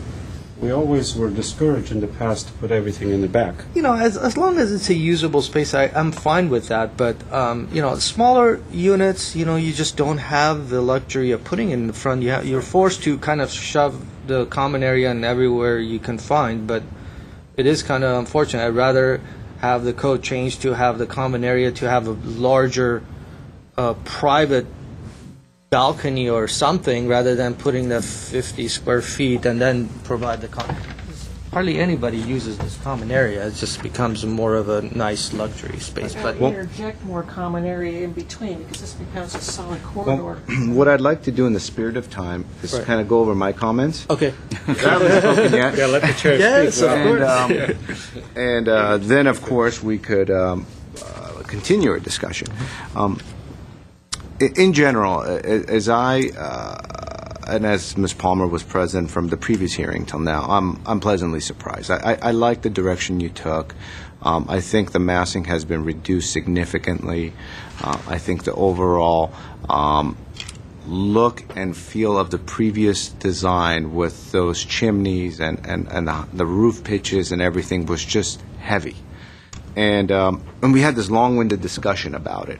And I remember that hearing, and Mr. Insua was very adamant about it. And so I'm pleasantly surprised that occurred. And I remember I was adamant about the front setback area that was not being utilized at the time at all as far as common open space. And I kind of pushed towards that direction. And so whether what's been done in the past or not, I could just say it was pushed. They were pushed in that direction, and that's why they've responded the way they've done. So I could appreciate the route they took. We really encouraged them. We said, look, use it. It's there. It'd be a waste not to use it because it's just a walkway, and why not have it in the front where you have a good sun and so forth. So Then there was a lot of conversation about the windows and whatnot, so I like the direction they took as well. And we were a little bit worried last time because we weren't sure how this was going to end. So this is one of those cases where they've gone and they've come back with a significant revision as to what it was from before. So overall, I support the project as presented. I think some of the thoughts that have been put forth are good as well. I think the planner issues need to be solved, and that's a good rule to apply overall, where it's just easy to follow. As far as altering the third floor skylight or not, that's certainly something we could discuss. And as far as how we could reduce the height, I think the architect's going to be figuring that out. I think if you sit down and look at the sections, you'll see that you'll be able to lower those parapets and make those HVACs work and hit the 36-foot height limit for the parapets, 35'6" for the HVACs, and not really have to worry about the floor-to-ceiling height. So overall, I support the project, and I'm pleased with the direction that it took. And now, any comments? We could then discuss some thoughts about some of the specifics of what we could do. If you'd like, I could read back what I heard as potential conditions, and we could see if there's consensus. Board Member Palmer asked that the raised tree wells be 6 inches taller. Would that be than the root ball? How would we You have like a 36-inch box tree, you'd want a 42-inch high. Then the box size, okay. At the transformer area at the front, use a planting that's less root aggressive than the proposed palms. From Board Member Mardian, we heard the potential to add trellises at the terraces at the third floor of the front elevation to enhance kind of horizontality at those areas. Everyone like that? Okay.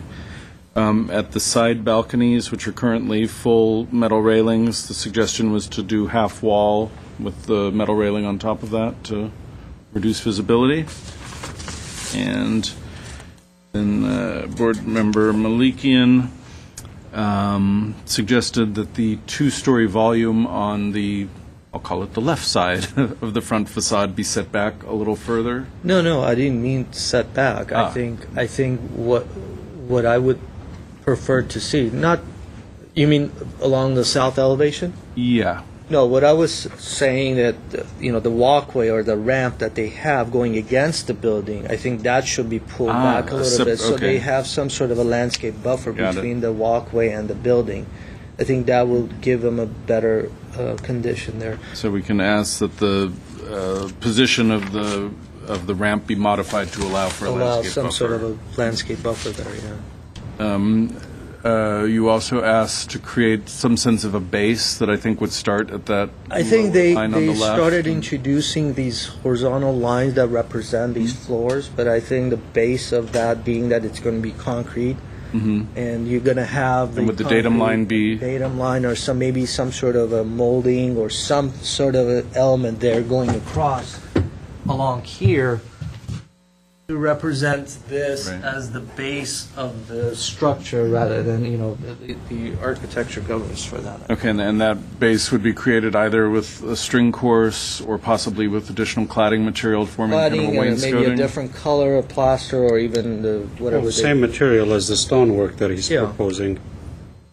By the way, the top the diamond I highlighted, and that one we didn't have a material of that, so I'm assuming it's called a diamond pattern cast stone or limestone. So it seems like it's a different material than the what they have right now in this, and this is the foam. So I'm not sure those diamond patterns. Diamond patterns for that's for the flat surfaces that creates that pattern. So they're calling out a different material for that. So it's a special, it's a stucco-like Something material. maybe they could bring to staff and have staff approve. Okay, so our goal will be to ground the building with some sort of base. Would you like to see a different material on that band? No, or the same one? I think just a differentiation of the color and some sort of a band, some sort of a breakup in between. It just represents this is the base, and so even a different... Create a band and then a slightly darker shade of... Probably, or something that complements.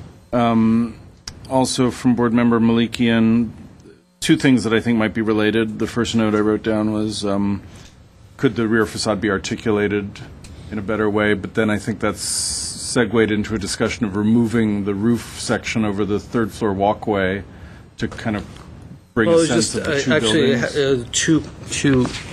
Two items there, the two different items. Okay. One is the roof over the passageway that they've created. Would we should remove that in its entirety? I mean, I really don't see this being I think it would help the design of this if it's much lighter in between them. And it might just, what if it's a consideration? Because I think once they start looking at those heights, that might go away anyways, because it's right now projecting. Right. And so they're going to have to do something So about it I think the anyways. skylight, I think the entire roof in that area, I think that whole thing, to me, it's added decorative elements that doesn't do Deprived it. in a way. Yeah. And I think by removing that, you start bringing these two volumes, stand out better, and I think it would work much nicer if you have much simpler roof structure over there. So maybe a suggestion then of language where they have to address the parapets anyways, that they holistically, the architect looks at the parapets and the roof plan and then comes to staff with some sort of a alternative that addresses and makes sure the building's height work. And at the same time, which I think, as Malikian is pointing out, you're going to end up doing something about that middle area anyways, so it's an opportunity for you to consider that. And then I think what it's going to do also is that right on the deck area where you have these trellis and I guess the seating area, right, it's being proposed there. I'm assuming that's a seating area. This is the front deck. This is over the front right driveways? next to the elevator. Uh-huh.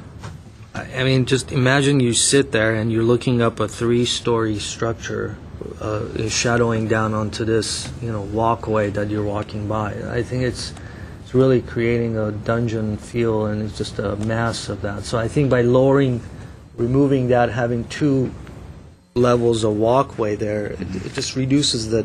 It feels a little bit more open. That's my opinion. And it'll clearly articulate that there are 2 buildings on the podium. From the front and the rear.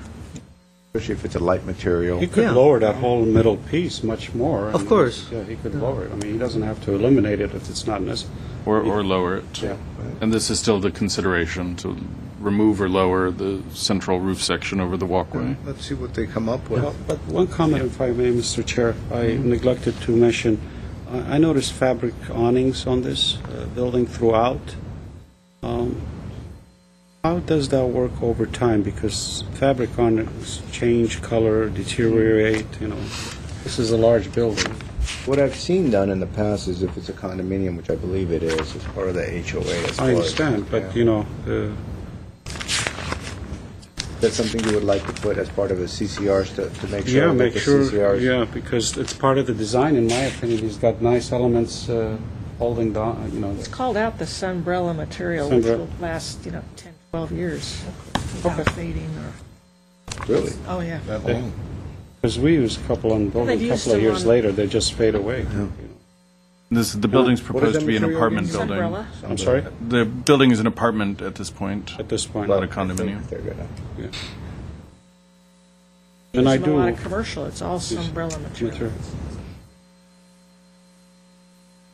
What usually happens. Yeah, it's built to condo spec, And but we want to make sure about currently this is an material. I've apartment. used this foam covered with stucco. That's a good interpretation of instead of stone, but we want to make sure that Okay, so that's the direction. That's- so the board- You've used it before? I've used it actually 10 years ago. This product came out. well, then we'll start accepting it on other projects. So. I think that's better than because the foam just peels Can't out. poke it. Great. Okay, that's everything that I have for the conditions The and last consideration. one, that last one that I think to me it's pretty important is the 3rd floor mass that you have in the 3rd bedroom there At the rear. at the rear. I think they've addressed it exceptionally well in the front. I think it steps back and you have exactly what, but again, it's something that we can talk about if it doesn't. You're talking the 3rd floor. I'm talking about 3rd floor. Yeah, 3rd floor. The 3rd bedroom. Okay, so facing the back. you would see a step back I would significant, I would- or just to break the plane? I mean, I would probably propose that to be if they can reduce the size and be able to have the step back as they would do in the front and somehow merge that in. If not, then consider eliminating the bedroom and created a balcony, and rather than a 3-story there and be a 2-story balcony. Probably 1-story houses in the back. That's what it is. So I mean, that it feels great in the front, but as you go to the back, especially when you're sitting, in the common area, and you're looking up, you're looking at a 30+ feet of structure straight up, not even a breakup. In part, that's how they got the good look at the front, by pushing things back a little. So we things to could back. try to maybe see if the third floor volume could be shifted a little without. Why don't we be more specific? We don't have to lose a bedroom if they can squeeze that, because losing a bedroom. No, I'm not saying lose the bedroom. I'm just saying if they can figure out a way to be able to, address it similar to the way that they've done in the front. They have this nice step back, and how would they address this? You're sitting here. This is the common area. You got a 30+ feet of straight up structure. I mean, by getting rid of this, I think it creates a nicer entry here. I mean, Would nicer you be- volume. No, would it be better if we kind of put this third floor balcony in here, right from here, and bring it, This is what I suggest in the spirit of time. I think, what if we say, consider shifting the third floor bedroom at the rear to create more of light and air into that rear courtyard. And as they're studying the roof plan, that's something maybe they could integrate in that as well. Because I think, as Mr. Martin is pointing out, if it's just flip-flop between the balcony and the without losing a bedroom, Right. you can break the mass there. There's some concern on the architect's part think he wanted to by speak. placing any sort of balcony or anything at that location. That itself is causing privacy concerns to the neighboring yard.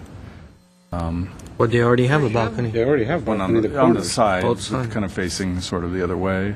In the spirit of time, I think We'll make it a I think if consideration. we prescribe kind of that study as a holistic, combined with the roof, then I think they're going to have to come back and work with staff on that issue anyways, and to bring in the material and whatnot and the front facade ideas that you're suggesting. So Right, and balcony doesn't have to be balcony. It can just be a roof.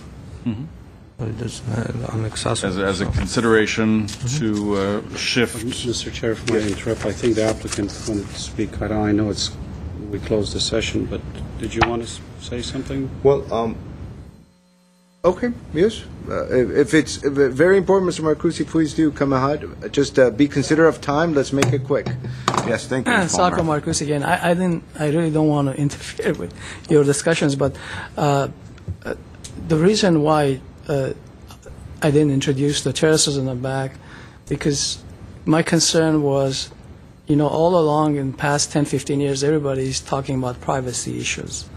And those are only bedrooms there. If I introduce a terrace, a usable space, then I invite the people to gather in that location, and I'm just inviting more interference with the neighbors across or not across the street, but in the back of the building. Agree. They're losing more privacy. So the reason and those balconies which are off of the master bedroom, I doubt if they'll hardly be used, except if somebody wants to come out and stretch, but those are not terraces that are going to be used daily, versus the ones that are on the sides of the building, which are off of the living room and Here's a suggestion, I think. I think you could do that study holistically. You've heard the comments. Look at the overall height and consider that as well, and then you come back with what you think is the best way to, address these items, and then work with staff. Okay, thank you. Thank you. Thank you. So I think I agree with the applicant that the roof deck is not appropriate. So I would suggest to have just a roof, not an Step back with the excessive roof. step back with the roof, not an actual balcony. So it would be just a roof and eliminate the bedroom and just kind of. That's a condition then.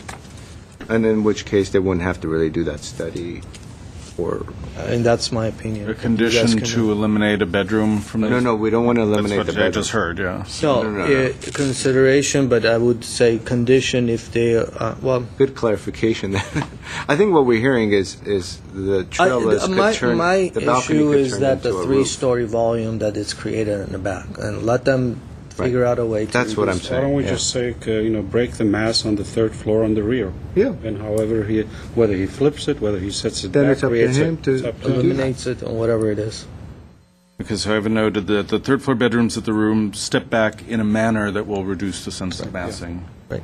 As a condition or And consideration. we're not talking about 6 inches or a foot. Yeah, we're talking Substantial enough that it will But- create that. possibly 2 feet, something. Well, no. A real That break. would be a condition, yes. Yes. Okay. I believe that addressed all the comments, correct? Yes. Then I move that we approve based on. Oh, first we got to do the. Oh, yeah, I'm sorry, you have to sign that. Thank you, Mr. Mr. Baxter, do you want to walk us through what we need to do on that? All right, sure, I've got that. Did have it right here. Where did I run off with it? I have it. Ah, here we Do go. I have? Yes, the original? You have the original there. I have all the other board there it members. All the other board members have. Yes. Okay. So, all right. Again, there was a mitigated negative declaration, which means there was a mitigation measure that was reviewed by staff, signed by the applicant. The one mitigation measure was the oak tree that's being removed, and so we have the oak. It says the oak applicant shall replace the coast live oak tree proposed for the removal with same trees to be planted at applicant's designated location under the direct supervision of the arborist of record, and shall pay the difference in cost between installation and replacement tree or trees. Can I ask a question on that? Yes. Where does the tree go? Does it go on site or can go off site or? That's not clear. That's true. Okay, let me just look through it. Sometimes it has to be off site because there's no room. You can put it in the front setback. Can we do it in the parkway? Or in the front setback? Oh, Front setback. we just have to make it clear. Same tree. I don't think, unless if they have, It doesn't The say. architect is approaching you, I think, on this matter. But Anyway, I think the they board's just- okay with either on-site Right. or at the It was just a parkway question front I of had. the property. Yes. Well, I don't think they can do it. But anyway, they just need to figure out. I've just heard from the architect, the plan is to remove, or to replace one of the olive trees with a new oak tree on site. That was a quick fix. Here we have it. Anyway, so then we have a resolution addressing it. We did have, at the first hearing, we had some neighbors during the proposed neg deck comment period. They had some concerns about aesthetics and noise, and that was part of our, we had a response to them on the aesthetics. We felt, and that should be, that was part of our, the proposed neg deck. Where staff felt that the aesthetics was being addressed by the board in this discussion. We have a process in the city to look at aesthetics. And then on the noise issue, we felt that an apartment building consistent with the general plan in terms of the densities, and that we felt it would be consistent also with the noise element because it would be consistent with that. So we felt that those issues were addressed that were raised by a neighbor. And so at this point, then, if the board feels that that can adopt the resolution, then go through it and So do we have a motion to adopt the make the resolution? motion to adopt the resolution. I'll second that. Roll call for the resolution would be Ms. Palmer Yes. and Mr. Marty, Yes. Mr. Malikian, Yes. and Mr. Simonia. Yes. Okay, now for the motion for the... The project? For the project, yes. I made a motion to approve with the conditions presented. Second motion. All right, again, Ms. Palmer, Yes. Mr. Mardian, Yes. Yes. Mr. Norton. Yes. All right. Thank you very much. Our next case is PDR 1326170-2112 Magan Drive. Mr. Baxter, 2 in a row. Yes. Would you like to take a moment to get the Compose board ready for this next? Well, and only if the board members, we can just charge right on Okay. and give it our best shot. Thank you.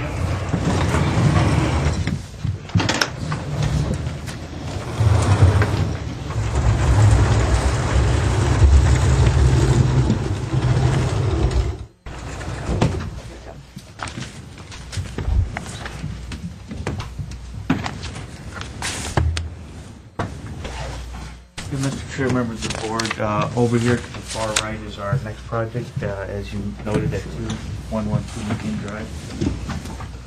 As the first time submittal, this project is just a straight facade improvement. There are no square footage being added to the project.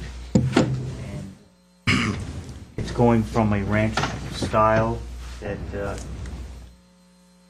are reviewed in the photographs, I believe we have up here. Do we want Oh, I'm sorry, yeah. Whoops.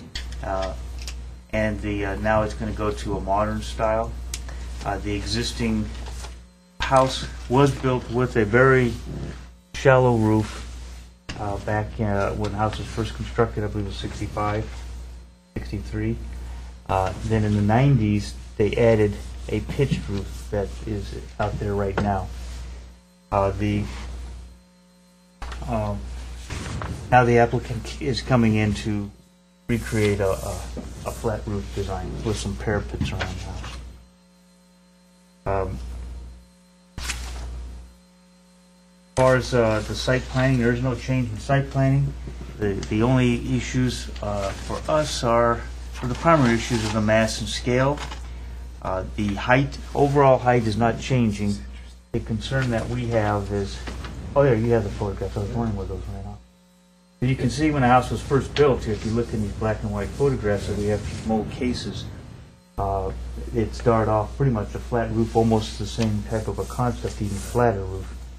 And then it evolved into the pitched roof with the variations you can see, where in the front of the house they actually had a very steep pitched roof there.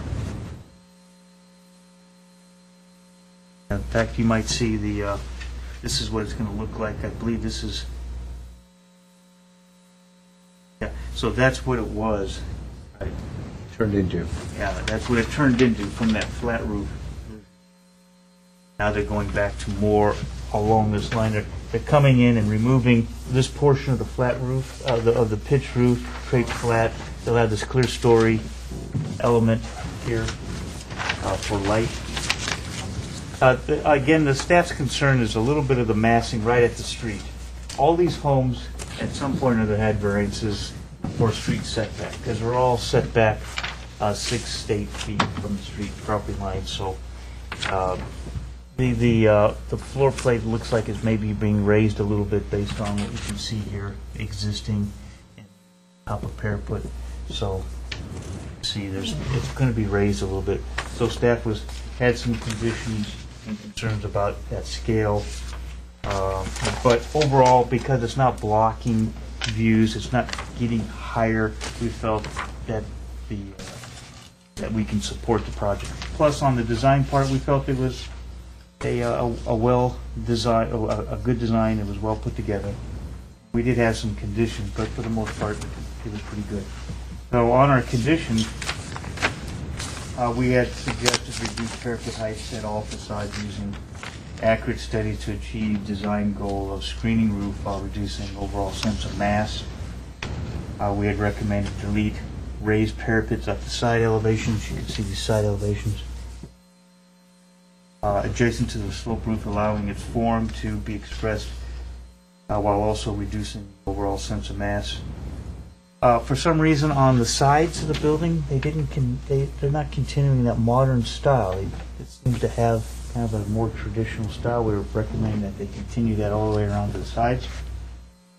And then in the front of the house, we wanted to kind of carry this theme across like this at the base of the facade by using the same cladding material like garage and concrete. We had a consideration to even consider eliminating the parapets and incorporating proposed roof forms into the overall modern style composition goals while maintaining massing similar to existing. What do you mean by that? I wanted to ask you about that. The idea of that, and we put that in as a consideration, to retain the existing roof lines of the shallow pitched at the front and the more steeply pitched at the back, the clear story, just kind of let those volumes be expressed and perhaps be treated with an interesting cladding material. What area is this? I'm sorry?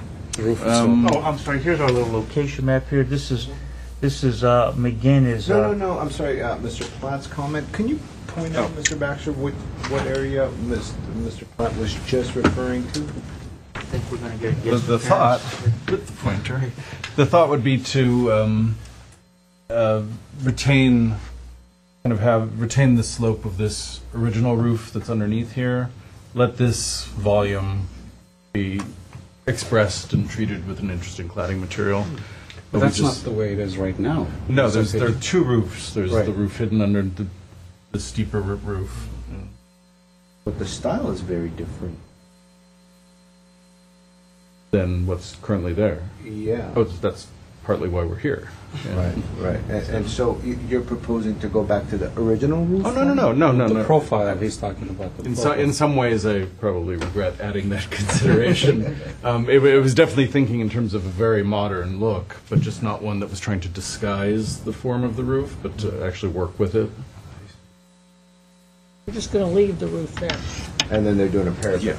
The parapet's going to screen. They're not leaving the roof No, there. not The the front front portion is being removed. They would be bringing that front portion down to where it is now, have the flat part, but without the parapet to screen it, as I understand it, including the side, and just work with this as a design as opposed to a parapet around So it. how does that work when it wraps around in the front? Well, this wouldn't be there. It wouldn't be there. It wouldn't be That's there. what I was, You know. yeah. It wouldn't be there, and then you come around to the other side, it'd be the same. It would not be there. It's a consideration that we. But anyway, otherwise, we felt that it was well done, and I think part of the issue here is because of setbacks, this is the only thing that we thought would try to be sensitive about, and for you guys to, look at that issue, because we're only a few feet from the street. If you've been up there, it's all the houses are like that. And as we watch the homes go down the street, we just want to make sure that we're sensitive to folks, to the homes up there. One question I have. Now the house is under construction right now. Yes, now, what we had is this interim event going on. So, what we have is there were permits that came in to get rid of, could we go back to that little entry? So this entry here, this year they came in to get rid of that little pitch. Okay. And to just do something like this. That was it. Right. And then the pool in the back, they were going to do some work with the pool in the back. That was the two issues. So Kind of a minor renovation. yeah, those are things that you look at this. Does it sort of fit in with the style? It seems to work, and so we did that over the counter. And so, but then they wanted to come in and go from here to here, I see. which we felt was just a bit of a, that's something that under our current system, we didn't feel that we could exempt. Very good. Do we have any more questions for staff as we get close to 7:30? Yeah, I'm okay. No? Okay. Thank you, Mr. Baxter. I have J.P. Boladian. Welcome. Good evening, everyone. Mr. Chair and Commissioners. Glad to see you guys. It's been a while. This project I took on, while it's being under construction. And as you could see, we have provided, that's an old picture. You could see that's the old house with the high cathedral entrance, which was within the period of the years has been remodeled and raised the roof to higher pitch. The client came while during the construction. They felt that their direction somehow was going towards contemporary, and it was becoming clashing what they were doing, providing those folding windows, larger windows. Kind of it was clashing with the style. So my scope came into how we could save, and with minimal plastic surgery, less pain to New language today. plastic surgery, without too much pain, too much cost, how to transform the existing structure envelope into contemporary. While right now currently it's being framed out, I discovered there was two types of roofs that within the time frame, and I decided, said, you know what, let's take the cost initiative. Let's remove the front roof out facing the street, and cancel the high cathedral ceiling out to the interior existing 10-foot ceiling, which is currently framed out.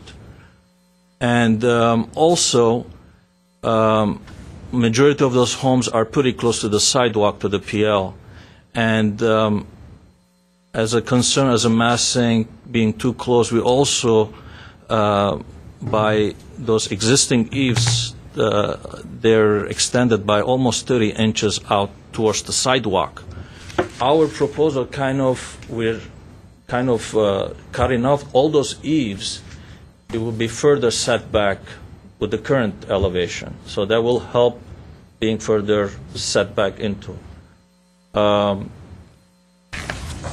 The massing on the front, what we did is, at the rear, we tried to save all the roofs, the pitched roofs. So what we proposed, by cutting the eaves all around and raising enough the parapet, very sensitive, enough to hide, to screen the pitched roof behind without demoing the whole entire house or touching the entire structure.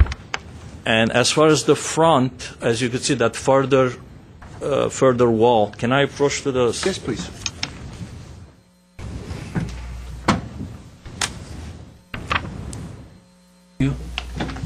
So this is further, where this line you could see is further in, which is the ridge of the existing roof. So we took off the slope facing the street. We left behind the rear slope, which is right here. This portion we left it all existing, and we're trimming all the eaves. And also we have another situation. One of the comments that to reduce the height of the ceiling, this is the existing framed out existing ceiling currently at the house we have. So what I did is kept that existing ceiling, cleaned it up, and then we're proposing a new glass door, pivot type, very contemporary door, and by keeping the same. And then by looking here, this is the existing roof, the secondary one, which is right here, but it doesn't, that roof doesn't go the other side of the ridge. So by preserving this somehow, where are we going? I mean, you're going to have this condition. It missed the purpose of contemporary clean cut architecture. So, and also this area, we thought about taking it out. At one point we can't, because we have all the HVAC and ducting system going through that framing on this side of the house. So by taking that entirely out, which it was an option, but the cost would have been like almost demoing the whole entire house. So in that bottom right section, The HVAC is, yeah, right where you Right circle, here. that's where it is, I The see. existing units and the ducting, it's all distributed within this opening. That was fortunate. I tried. Well, but at the same time, I mean, the massing from the street, it's less massive than what it is now, as it was before. And also, we created a light tunnel here around the hallway that gives will bring in the natural light into the hallway. So in that bottom right section, are you ripping some, how are you providing that slope of the new roof on the left side? In the section? Yes. This is the existing. Existing. And then, so are you gonna provide some crickets on top or something? No, or? I'm just gonna build up a parapet wall. I'm gonna maintain that. Which is not shown in that section, that parapet is not shown there. Not dashed. So over here, this section it's cut differently. This section is cut through the entrance area. Okay, I got it. That's I why. get it. That's why. Okay. That's Okay. why. Right. So we wrapped it around. So I'm going to wrap it around just to have a cleaner roofing over the entrance. It's pretty lowered. Well, one thing staff overlooked. It's right here. You see, this section is cut through here. If Mr. Bellotti could clarify, if will there be internal leaders for the drainage from the roof at the front? No, Or will- interior. Downspouts? Roof drains? Rather than facade-mounted downspouts, since the slope is coming toward the parapet at the facade? We'll hide it. We'll have it internally done. Good, okay. Yeah, it's all exposed frontal, so we could easily do it internal. Okay.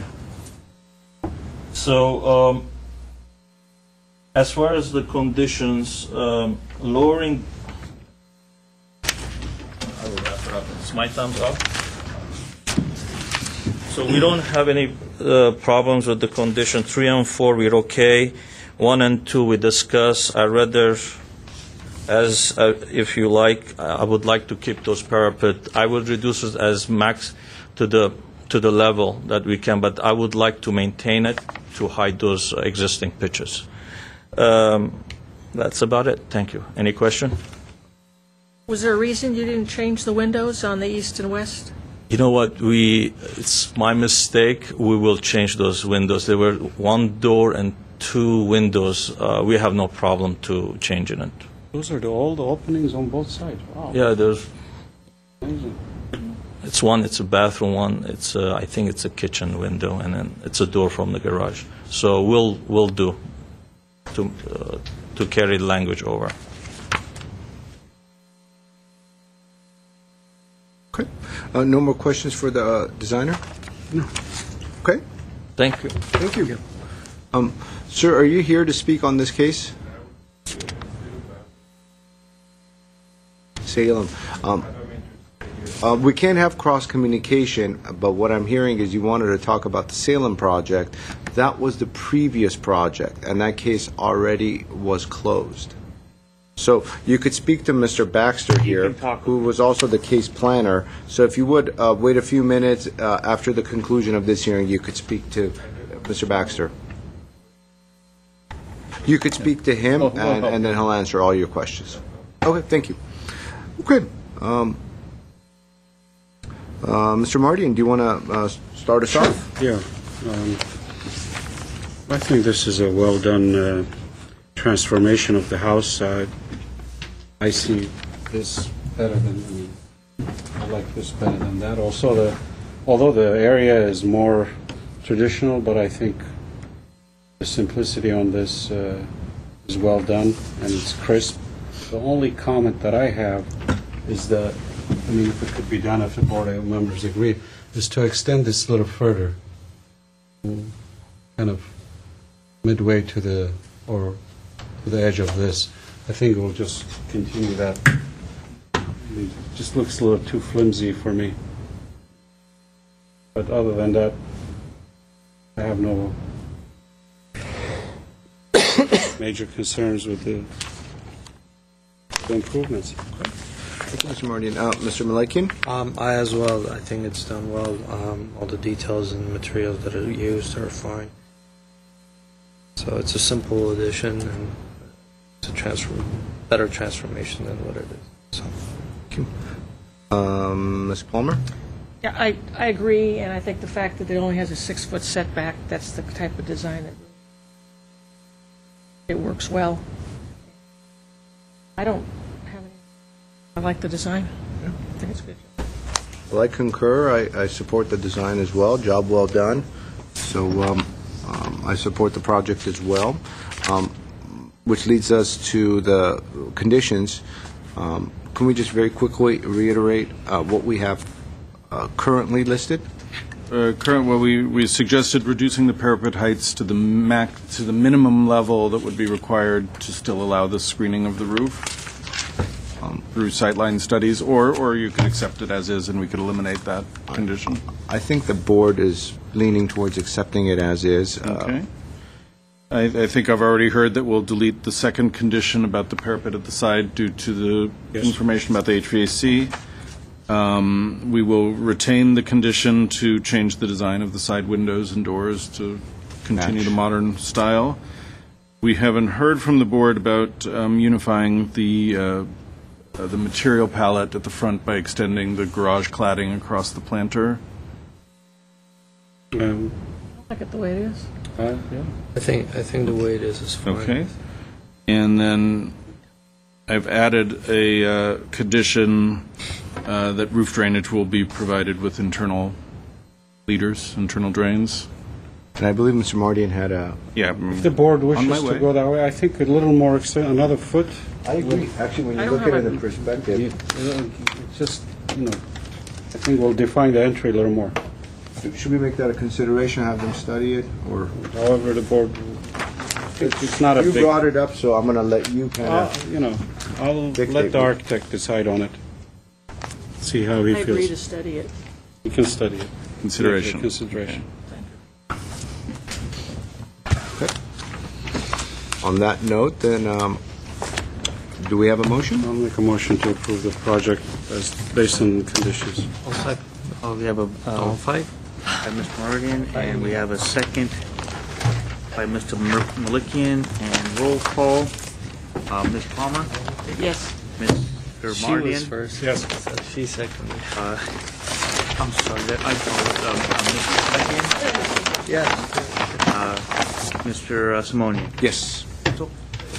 Thank you. Thank you. We both did it at the same time. And so we, I believe we have some minutes to approve. Yes, we do. We have, October 10th and the 24th. correct, October 10th, board members Malikian and Mardian were present. I'll make a motion to approve October 10th minutes. Motion by board member Mardian. I take it the second would be of board member Malikian, unless you have comments. Nope. Okay. That was the 10th? That would be the 10th, correct? Okay. So, and since you both made the motion, I take it all in favor? Aye. The motion passes 2-0. And then we have the meeting minutes from October the 24th. Board members Mardian, Palmer, and Simonian were present. I'll move to approve the minutes of the 24th. Second the motion. I have a motion by board member Palmer, a second by board member Mardian. In terms of a roll call, Ms. Palmer? Yes. Mr. Mardian? Yes.